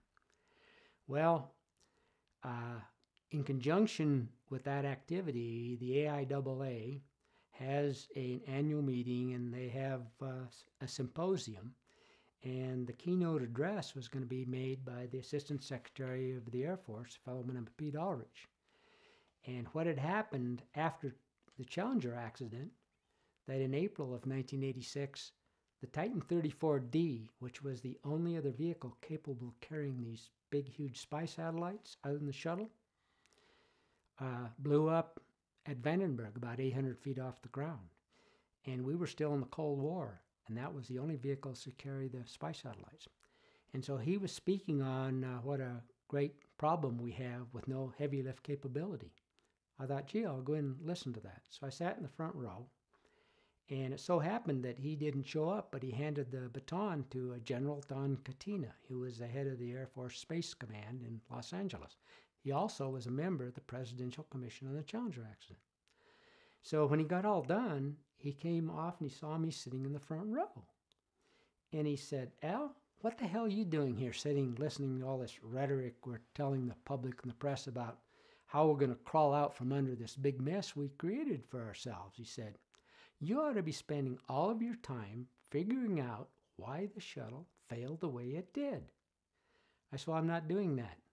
He said, "Why am I not doing that?" He said, "You're a member of the failure team, are you?" I said, "I was, but it got removed." He said, "You got removed? When did that happen?" I said, "I think it was exactly one day after I testified before you people." He said, "You're kidding me." I says, "No, I'm not." He said, "Well, that's bullshit. We'll fix that problem." He immediately went out in the hall and called Chairman William Rogers and told him what he had just heard. Chairman Rogers called all of the senior executives in my company back to a meeting a couple days later in Washington and wire brushed the hell out of them. The following Monday, I got called in by our new general manager. And he said, "Al, he says, we've been working with NASA on figuring out how to get the shuttle back to safe flight as soon as possible. And we decided to do that by having this super task force. We're actually going to have the lead with NASA to avoid a lot of the red tape and operate more like the Skunk Works does at Lockheed for developing a secret airplane for the military." And he said, "We'd like to offer you that job. Would you take it?" I says, "Yeah, I'd take that job because I think I can help make this happen." And I knew it was a overwhelming job to take on. And I felt good about that. And you were, that was the congressional act that got you your job back, right? Well, what I didn't realize when I accepted that job they offered to me, I didn't realize how that all came about. I thought they selected me because I was the most capable individual taking on almost impossible task of doing this. And I didn't find out until about 2 months later. I got a telephone call. The telephone call was from a fellow by the name of Congressman Markey from Massachusetts. He's now a senator. And he said, "Mr. McDonald," he says, "is it really true what I read in the New York Times that you're heading this super task force between your company and NASA to return the shuttle to safe flight as possible?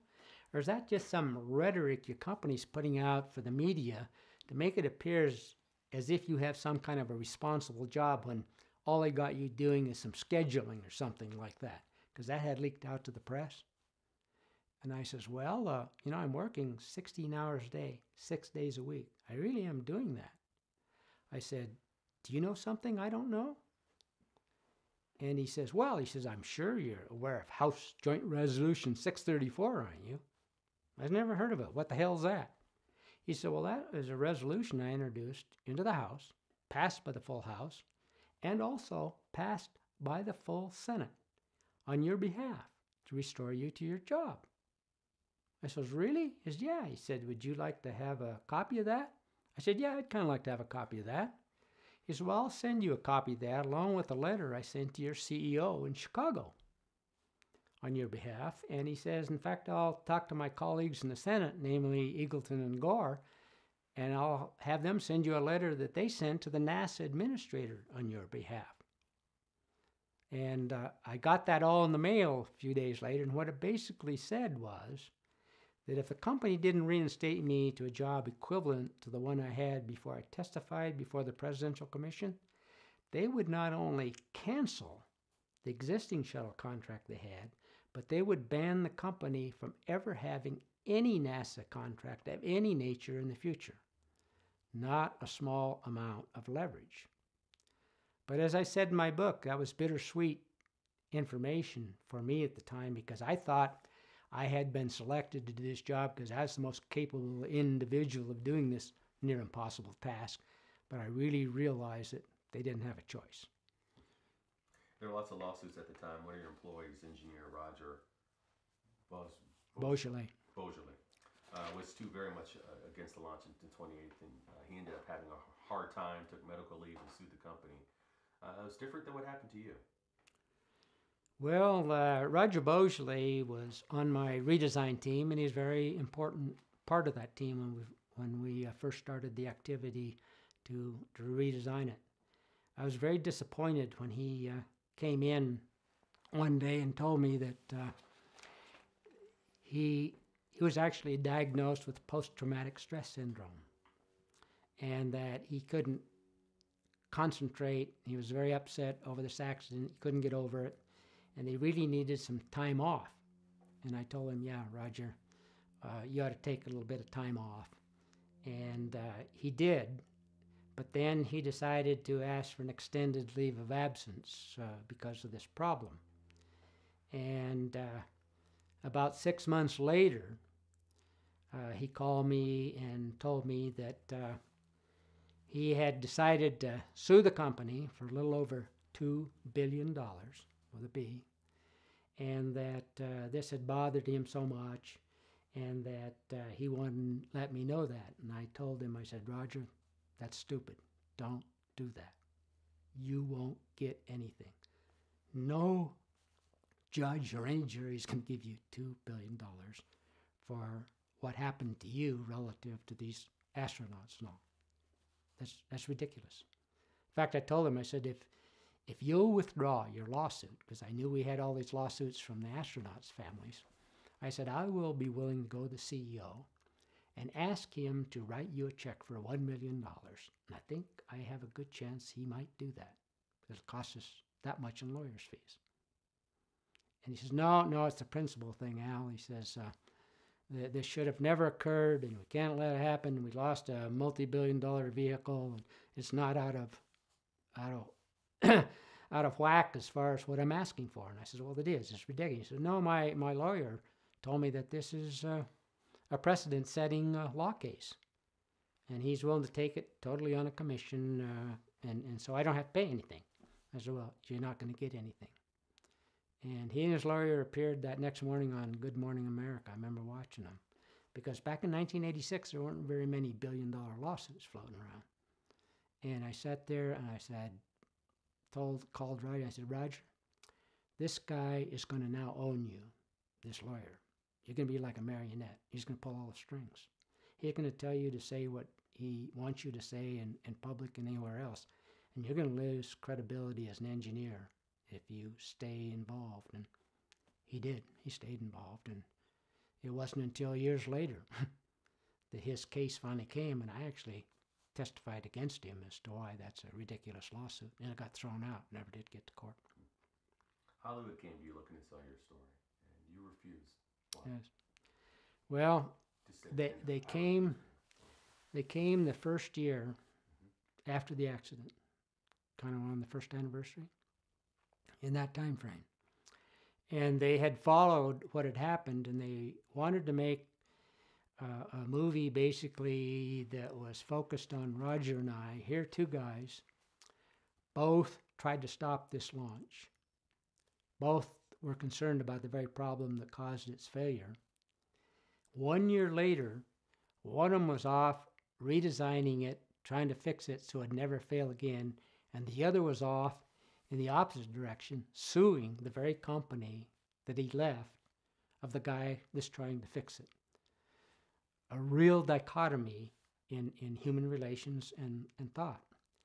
And they wanted to make this movie of this, because I could understand, it might have some appeal, but I refused, because I told them that being the head of fixing this problem, I think will make it more difficult for me to have credibility with both my company and NASA involved in doing that, making such a movie this time.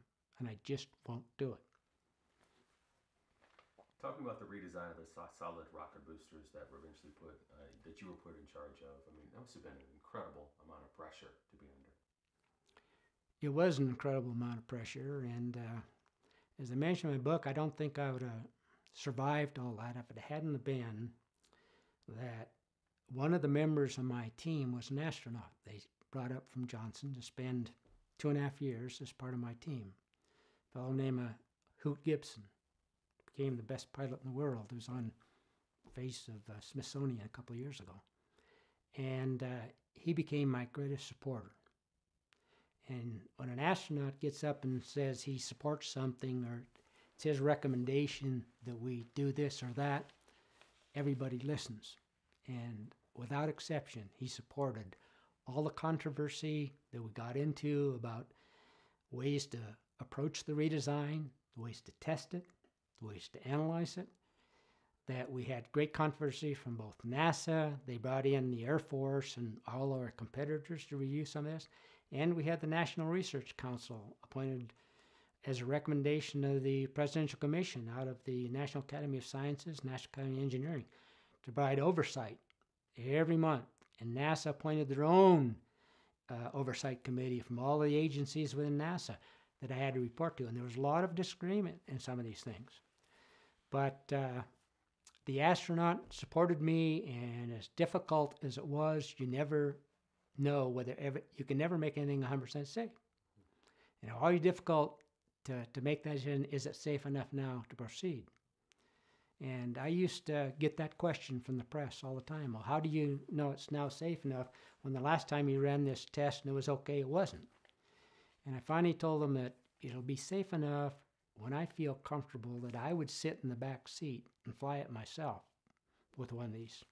But there's no way in hell I'd let my wife or children fly in it, because it's still too risky.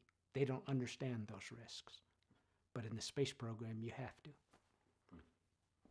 Where were you when the return of the STS-26R, the Discovery? Can you briefly tell us about that launch, and what were you thinking when you heard the launch conductor say, "Discovery, go for throttle up"? That was when I was at the first launch after Challenger, which was in September of '88, Discovery. First of all, I breathed a huge sigh of relief when we cleared the tower and I didn't see anything abnormal. But I really got nervous when they got to the point where they told them they were going to throttle down the engines, which they did, and then they said, "Go for throttle up." And I heard the commander respond back, just like Scobie did, "Roger, go for throttle up." Because I quickly had a flashback of what happened to Challenger within a second of that time. And I went through that just fine. And I kept my eyes glued on the boosters and saw them separate just as they should have planned. The data I saw on my screen, it was an absolute overlay. Both those pressures laid right on top of each other. Everything looked perfect. But you don't stop worrying. This, launching a shuttle is a real team effort. I knew that those poor folks that build those main engines, they have to run for 8.5 minutes. We only have to run for a little over 2. So I immediately switched the screen to the main engines, and there's 3 big columns, 1 for each engine, and follow it until they finally get to shutting down the engines, and they say MECO, main engine cut off. That means they're in orbit. And I held you can't hold your breath for 8.5 minutes. I think I learned almost 2. But you can't. So I was on the edge of my chair, just like the folks were there from Rocketdyne watching their system perform. And then when the Discovery landed at Edwards Air Force Base, discover another potential disaster in the making, the thermal tiles. Yeah, I did. And I wasn't at the landing of that, but I got involved afterwards when they brought it back to the Cape, because we were getting ready to get prepared after the Discovery landed for the next launch, which was going to be Atlantis. And one of the things they have observed was a tremendous tile damage on the Discovery. And I went out and looked at that damage, and it was extremely severe. There was actually a gouge in one of the tiles, almost to the aluminum skin.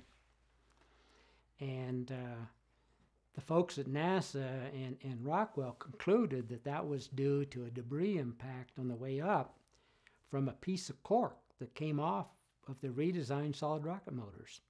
In fact, over an area where we had put this cork over these heater cables that kept the joints warm. And it was evident, I went out and looked at our boosters, that we'd lost some cork during ascent, because the surface that was still left on the boosters was singed and burned, so it must have come off someplace in flight. But we only lost a few of those pieces, and went out and inspected the next one, the Atlanta. I said we need to inspect it because we found some cork that was still unbonded from the Discovery boosters we recovered, and sure enough, there was some unbonded cork on the next one. So we actually brought some technicians down, and they actually inserted epoxy back in these void areas, and then ultrasonically inspected it all. Showed it was bonded like gangbusters for the second one.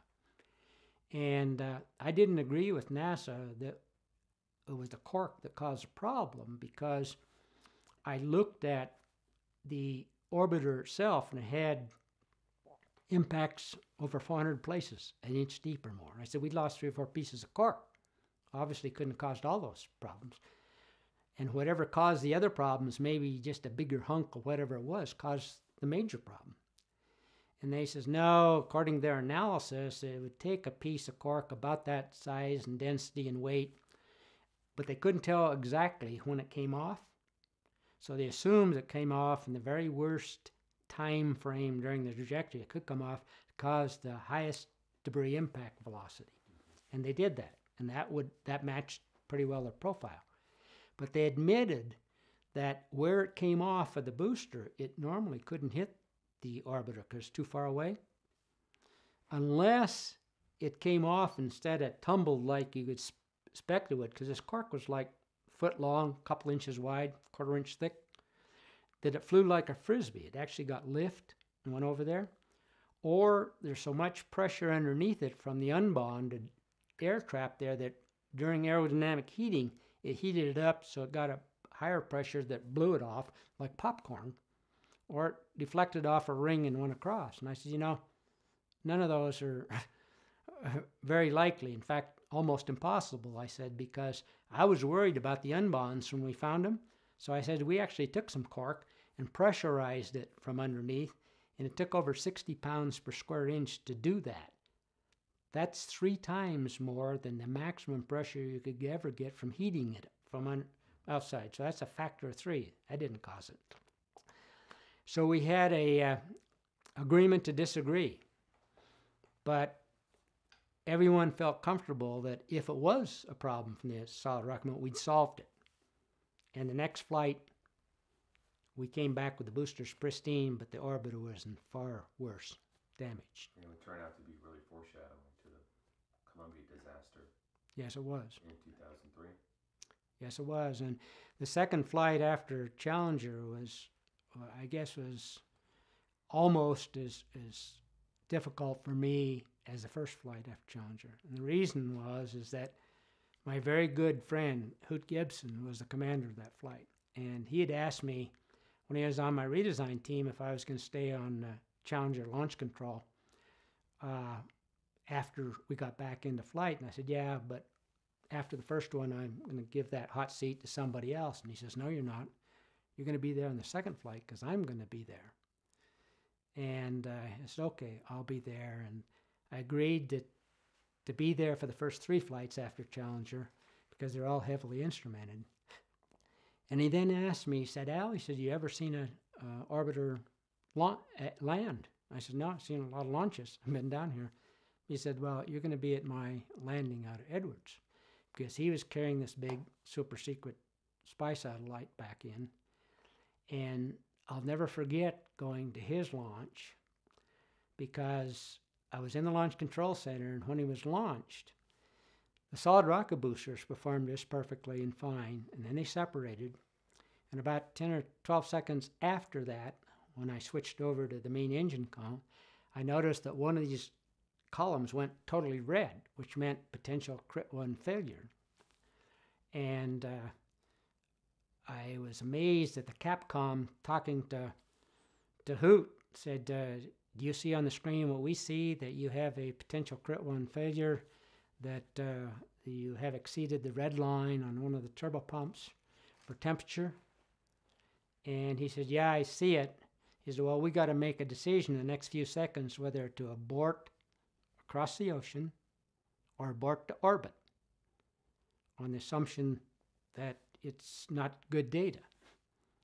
And he calmly said, well, he noticed that the redundant thermocouple is close to the red line, but it's not above it.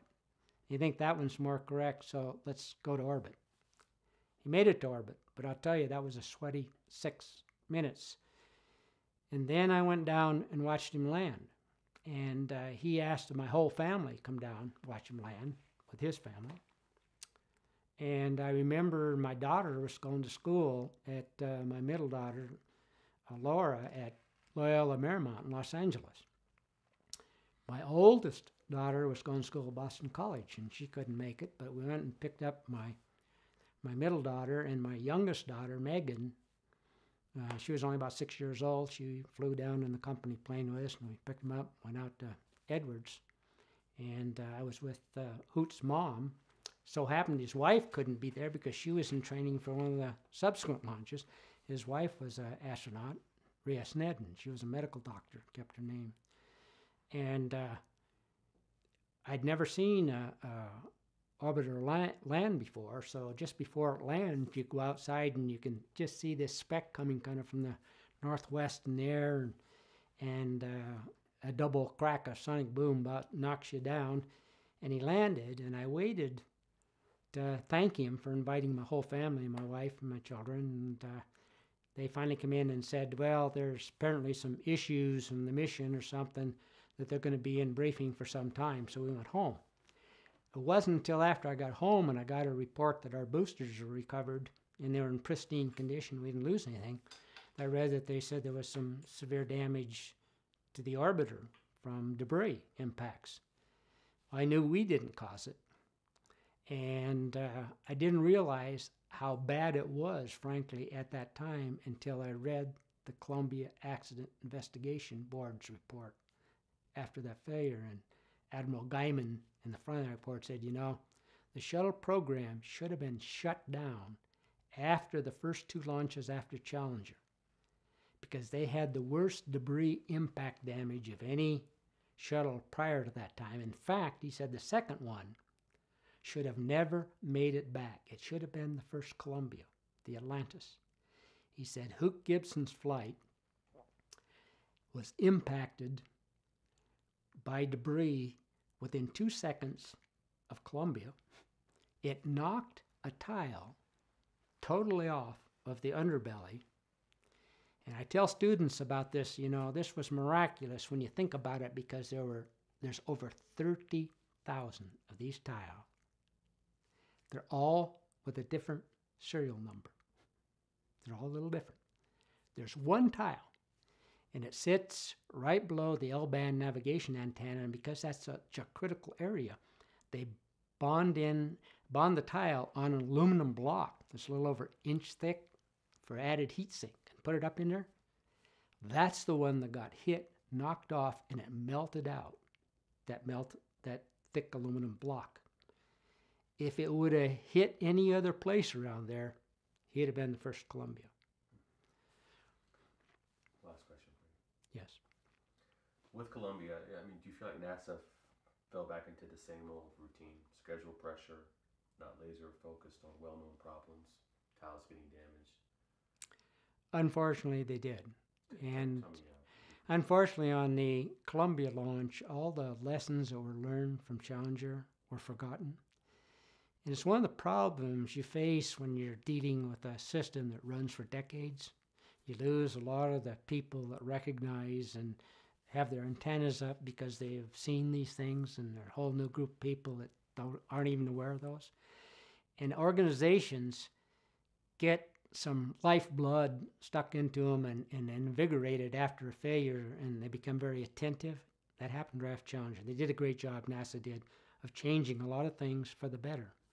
But every major organization, especially bureaucratic ones, tend to fall back into their comfort zone at some point in time, the way they operate. That happened with Columbia because Columbia, like Challenger, suffered from a problem everyone knew about. Everyone knew the O-rings were burning on Challenger. Everyone knew about debris impacts on the orbiter for years and years. And I always felt that Columbia, in a way, was far more severe an accident than Challenger. And the reason for that is they could have saved those people. Once the decision was made to launch Challenger, there's no way you could save those astronauts. But in Columbia, knowing it got hit, they knew within a day of that it hit it in that location. And they could have viewed the actual damage from space, from our satellites, and chose not to do that, even though they were requested to do that by some engineers at Langley. But they compounded that problem by thinking that even if they did, there's nothing they could do. And they could have actually went up in another orbiter, because it was all stacked on the launch pad on a normal 30-day cycle. If they would have acknowledged that problem, and if they would ask for the satellites, they would have seen it in spades, they could have extended the service life in orbit for 2 more weeks of the Columbia. And they could have actually went up there and rescued that whole crew and brought them back. And that was a far bigger mistake, because they chose not to do that. The second part of their mistake was they believed an analysis from Boeing called the crater model. They said they examined the impact of the debris and concluded that it couldn't do that much damage. And that crater model had no applicability to the problem they were analyzing. It was a model developed by Boeing for the space station for micron particles traveling at Mach 25 hitting the station. They extrapolated it to this briefcase piece of foam at 500-600 miles an hour. It had no applicability, and it gave total wrong answers. I was really upset over that, because when I was first challenged that our cork caused a problem on STS-26R, I did my high school physics, 1/2 mv squared, which is the potential energy, the worst you could get from a piece hitting something like that. And I was shocked when I took this piece of cork, which didn't hardly weigh anything, concluded that it really had as much energy, potentially, as a 30-06 from 100 yards. When I sat and listened to the Columbia briefing, the first one saying that they didn't think that could be the problem because the crater model said it wasn't, I went down to my basement, pulled out that flight readiness review for STS-27 that I'd done this calculation on the back of. I wrote down the numbers they talked about in the foam, did the same simple high school physics analysis. I could not believe the answer I got. I did it 5 times in a row, because it was potentially as much as 6 times the energy of a 30-06 from 100 yards. And it wasn't within 30 minutes after I did that, I got a phone call from the New York Times asking me if I was watching the briefing on the Columbia. I said, yes, I was. He said, what do you think? I said, I don't believe what they just said. I don't agree with NASA. He said, what do you mean you don't agree? I said, I don't agree that it wasn't the foam. It was the foam. They said, can we quote you on that? I said, yes. You can quote me. It was the foam that did in the Columbia from that impact. They said, well, we'll send you a copy of our New York Times. I said, fine. Next day, they had this article. They contacted about a dozen people in the U.S., mostly all university professors. And most of them all said that, NASA has the greatest analytical modeling capability of any organization on the planet. And if they think it couldn't be a cause of the problem, there probably wasn't. So they had 2 people that disagreed. One was this fellow that was involved in the Challenger, McDonald, who said that was the cause. And another professor, Sis, at St. Louis University, said there was plenty of energy there available to do that. And I was very upset when I read the Columbia Accident Investigation Board report, because that's the only time in history, and I'm a big supporter of NASA, that they became, instead of a can-do agency, a can't-do agency. They saved Apollo 13 by not accepting any answer. Failure was not an option, as they stated. And here they had an opportunity to save that crew, and they chose not to because it was inconvenient, I guess, to contact DOD and get the clearances and all for them to look at it, because they would have seen it, and nobody took the time to do the gut feeling, back of the envelope calculation as a test of credibility of the answer they got back. Nobody did that. Thank you for your time. Oh, you're welcome. I appreciate you talking to me. That would have occurred. Would people have been hurt on the ground? I think so. If that would have failed the way I thought it would, about the time it cleared the tower, there's 2.2 million pounds of solid propellant. There's 1.6 million pounds of liquid oxygen and hydrogen on that thing. That much fuel potential explosion, I think, would have injured, if not killed, people there were actually in the viewing area at that time watching it, including some of the astronauts' families and others. And that's kind of across the And that was water. across the water, just south of the VAB, the Vehicle Assembly Building at that time. Yeah, watch. And it was only within a few miles of the launch pad.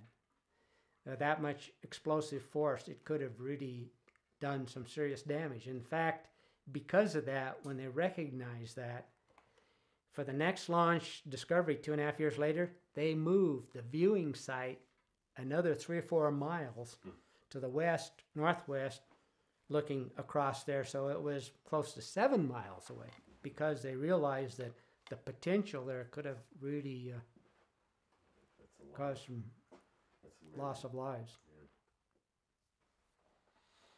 We need going back anytime soon? No. Well, I'm going to stop this again.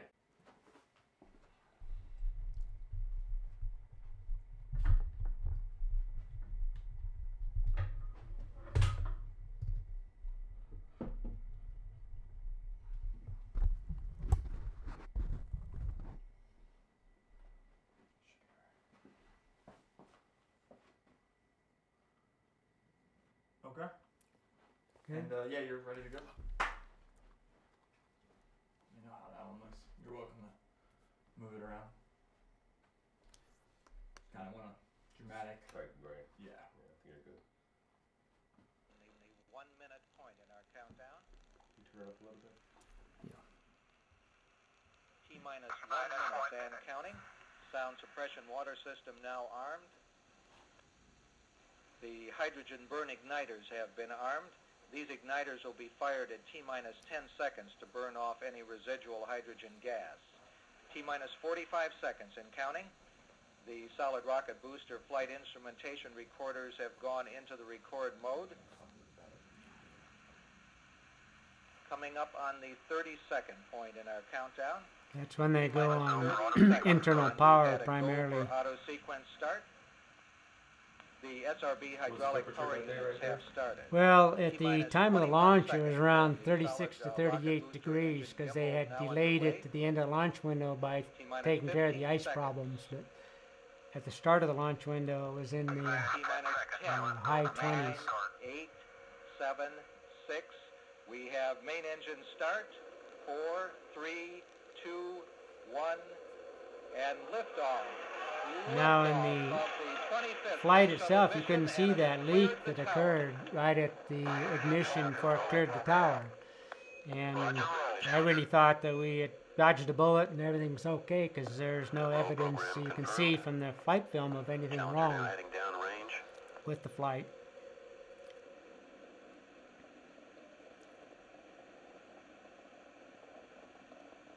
Engines beginning throttling down now at 94%.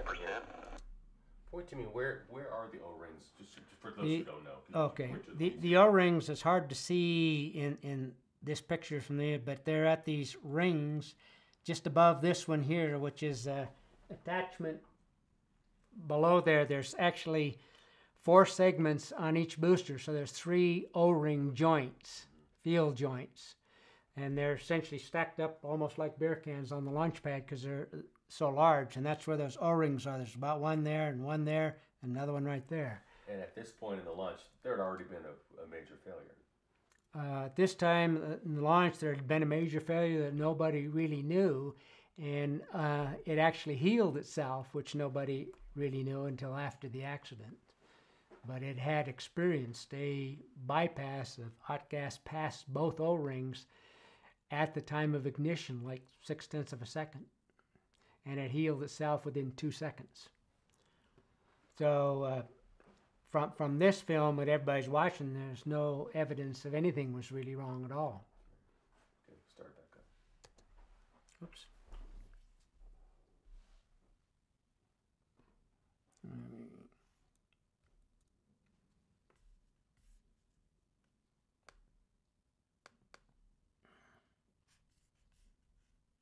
Need to get up on the full screen. The 1 minute point in our countdown. I don't know if I can You can T-minus move 5 it. minutes grab and it, counting. so scroll down Sound here. suppression water system now armed. I think because it's in a PowerPoint. Yeah. The I'm hydrogen not sure. burn igniters I think have it been might just armed. be. These igniters will be fired at T-minus 10 Yeah, I seconds think to it is. burn off any residual hydrogen gas. T-minus 45 Can seconds you and turn it counting. down? The solid rocket booster flight instrumentation recorders have gone into the Yeah, it goes back to The beginning. beginning every time. Okay, we'll just play it. Yeah, I'll get a tighter shot too. Okay.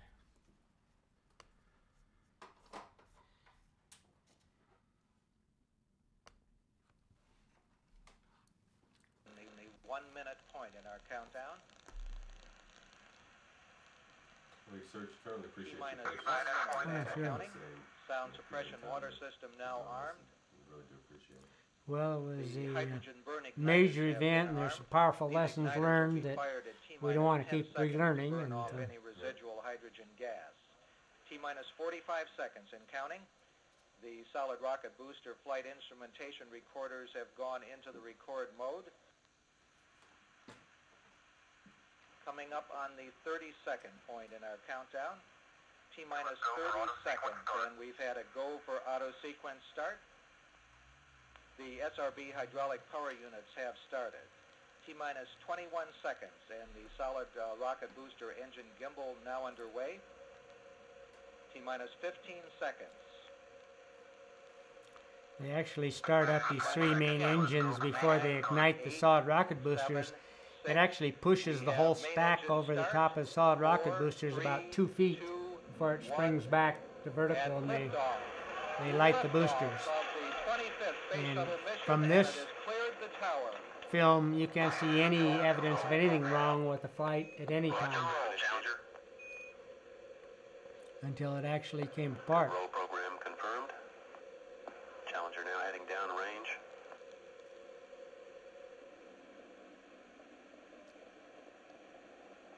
Can you point out the O-rings here on the tight shot? Well, the O-rings, there's 3 of them in each booster because there's 4 segments, and there's one about there, one about in the middle, and one up here near the top. The forward Throttle down to and 65%. 2 center segments and an aft segment to make up the 4. Engines at 65%. 3 engines running normally. 3 good fuel cells. 3 good APUs. Velocity 2,257 feet per second. Altitude 4.3 nautical miles. Downrange distance 3 nautical miles.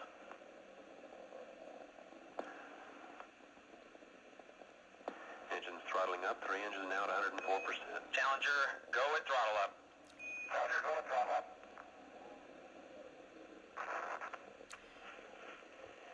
1 minute 15 seconds. Velocity 2,900 feet Notice per second. that the Altitude 9 nautical miles. commentator Downrange distance, is 7 giving nautical the miles. trajectory information as if nothing really happened. Everybody was so shocked, I don't think he could believe what he just saw. So he just said that. Now you'll notice he doesn't say anything for another half minute or so because it was such a shock. And the other thing, notice that I think you see still flying these 2 solid rocket boosters. They're still flying as if nothing happened. Here's where the explosion occurred, and you can see down below it is all the debris, which is the crew cabin and what's remaining of the orbiter and the tank falling out. You're looking very carefully at the situation. Obviously a major malfunction.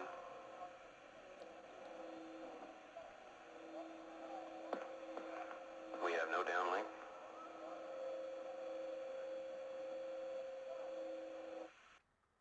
And that was, How many times you watched that video? I would say, over the last 30 years, probably 100 times that I've seen it. And of course, I use it. I get asked to speak at various places, a lot of universities, some professional societies. Is it still tough to see? And it's still tough to see because of knowing what really happened there. But I really think it's a powerful lesson that we got to make sure we don't learn again from something like this. And but it'll never go away as anything that's something that you really want to see, but it's something you have to see, I think. And I think there's too many people don't realize what really happened here and the lessons from that, because the current, especially when I go to universities, I have to take a step back and realize that these people weren't even born when this happened. These students, all they know about is that, some shuttle blew up back there in the 20th century, sometime maybe after the dinosaurs died or something. But that's about all they really know. And it's only those of us who were involved in the program intimately at the time realize what an impact that had as a result of being the first major disaster and then taking this school teacher away from us at the same time. It made it a lot worse. From the still cameras, they're focusing on the launch pad for the liftoff. And below these white arrows, if you could see well, you can see this big puff of black smoke.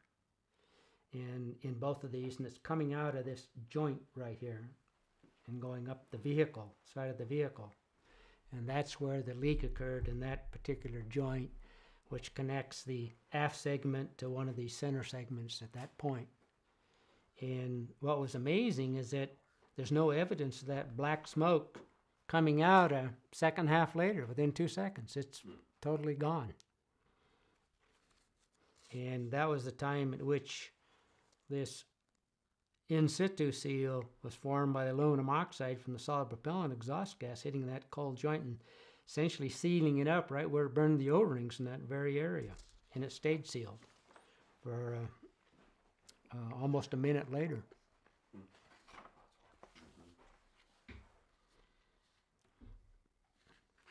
And these other photos are just other angles at looking at basically the same thing from a different angle. You can see from the black arrows there that they're showing that same puff of black smoke coming out of the vehicle at that exact time in that location. They just confirmed what we saw in that other film. And all the launch photos themselves of a camera that had any visibility to that part showed that. This is the first evidence of the actual in-flight of the shuttle showing there was any problem.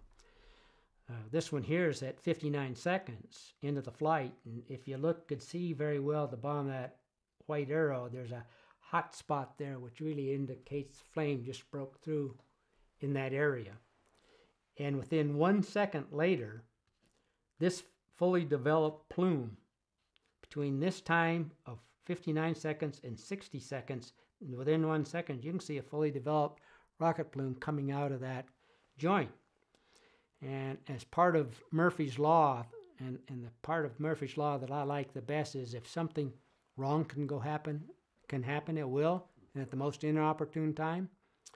Well, one of Murphy's Laws that contributed to this failure was the fact that that particular location where it broke through the seals happened to be in the quadrant facing the external tank. If it had been in the outboard quadrant, this thing actually would have survived. At the worst that would have happened would have been a board across the ocean, but they may have even made orbit. And by being on the inboard quadrant, it burned a hole through the external tank where the hydrogen was very quickly, in a second or so, and started dumping hydrogen. That's what eventually caused the explosion and collapse. So.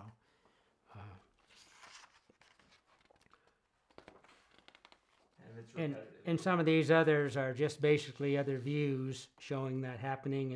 And this one is just before the explosion, showing you can see the flash is probably when it first broke open. And that was very close to the time that the pilot Michael Smith said, "Uh-oh," just at this flash, just before the major explosion. So he probably saw it. I think, yeah, that's just the last Yeah, and these are just the ones showing the two boosters they actually crossed and flying, and later got destroyed by the range safety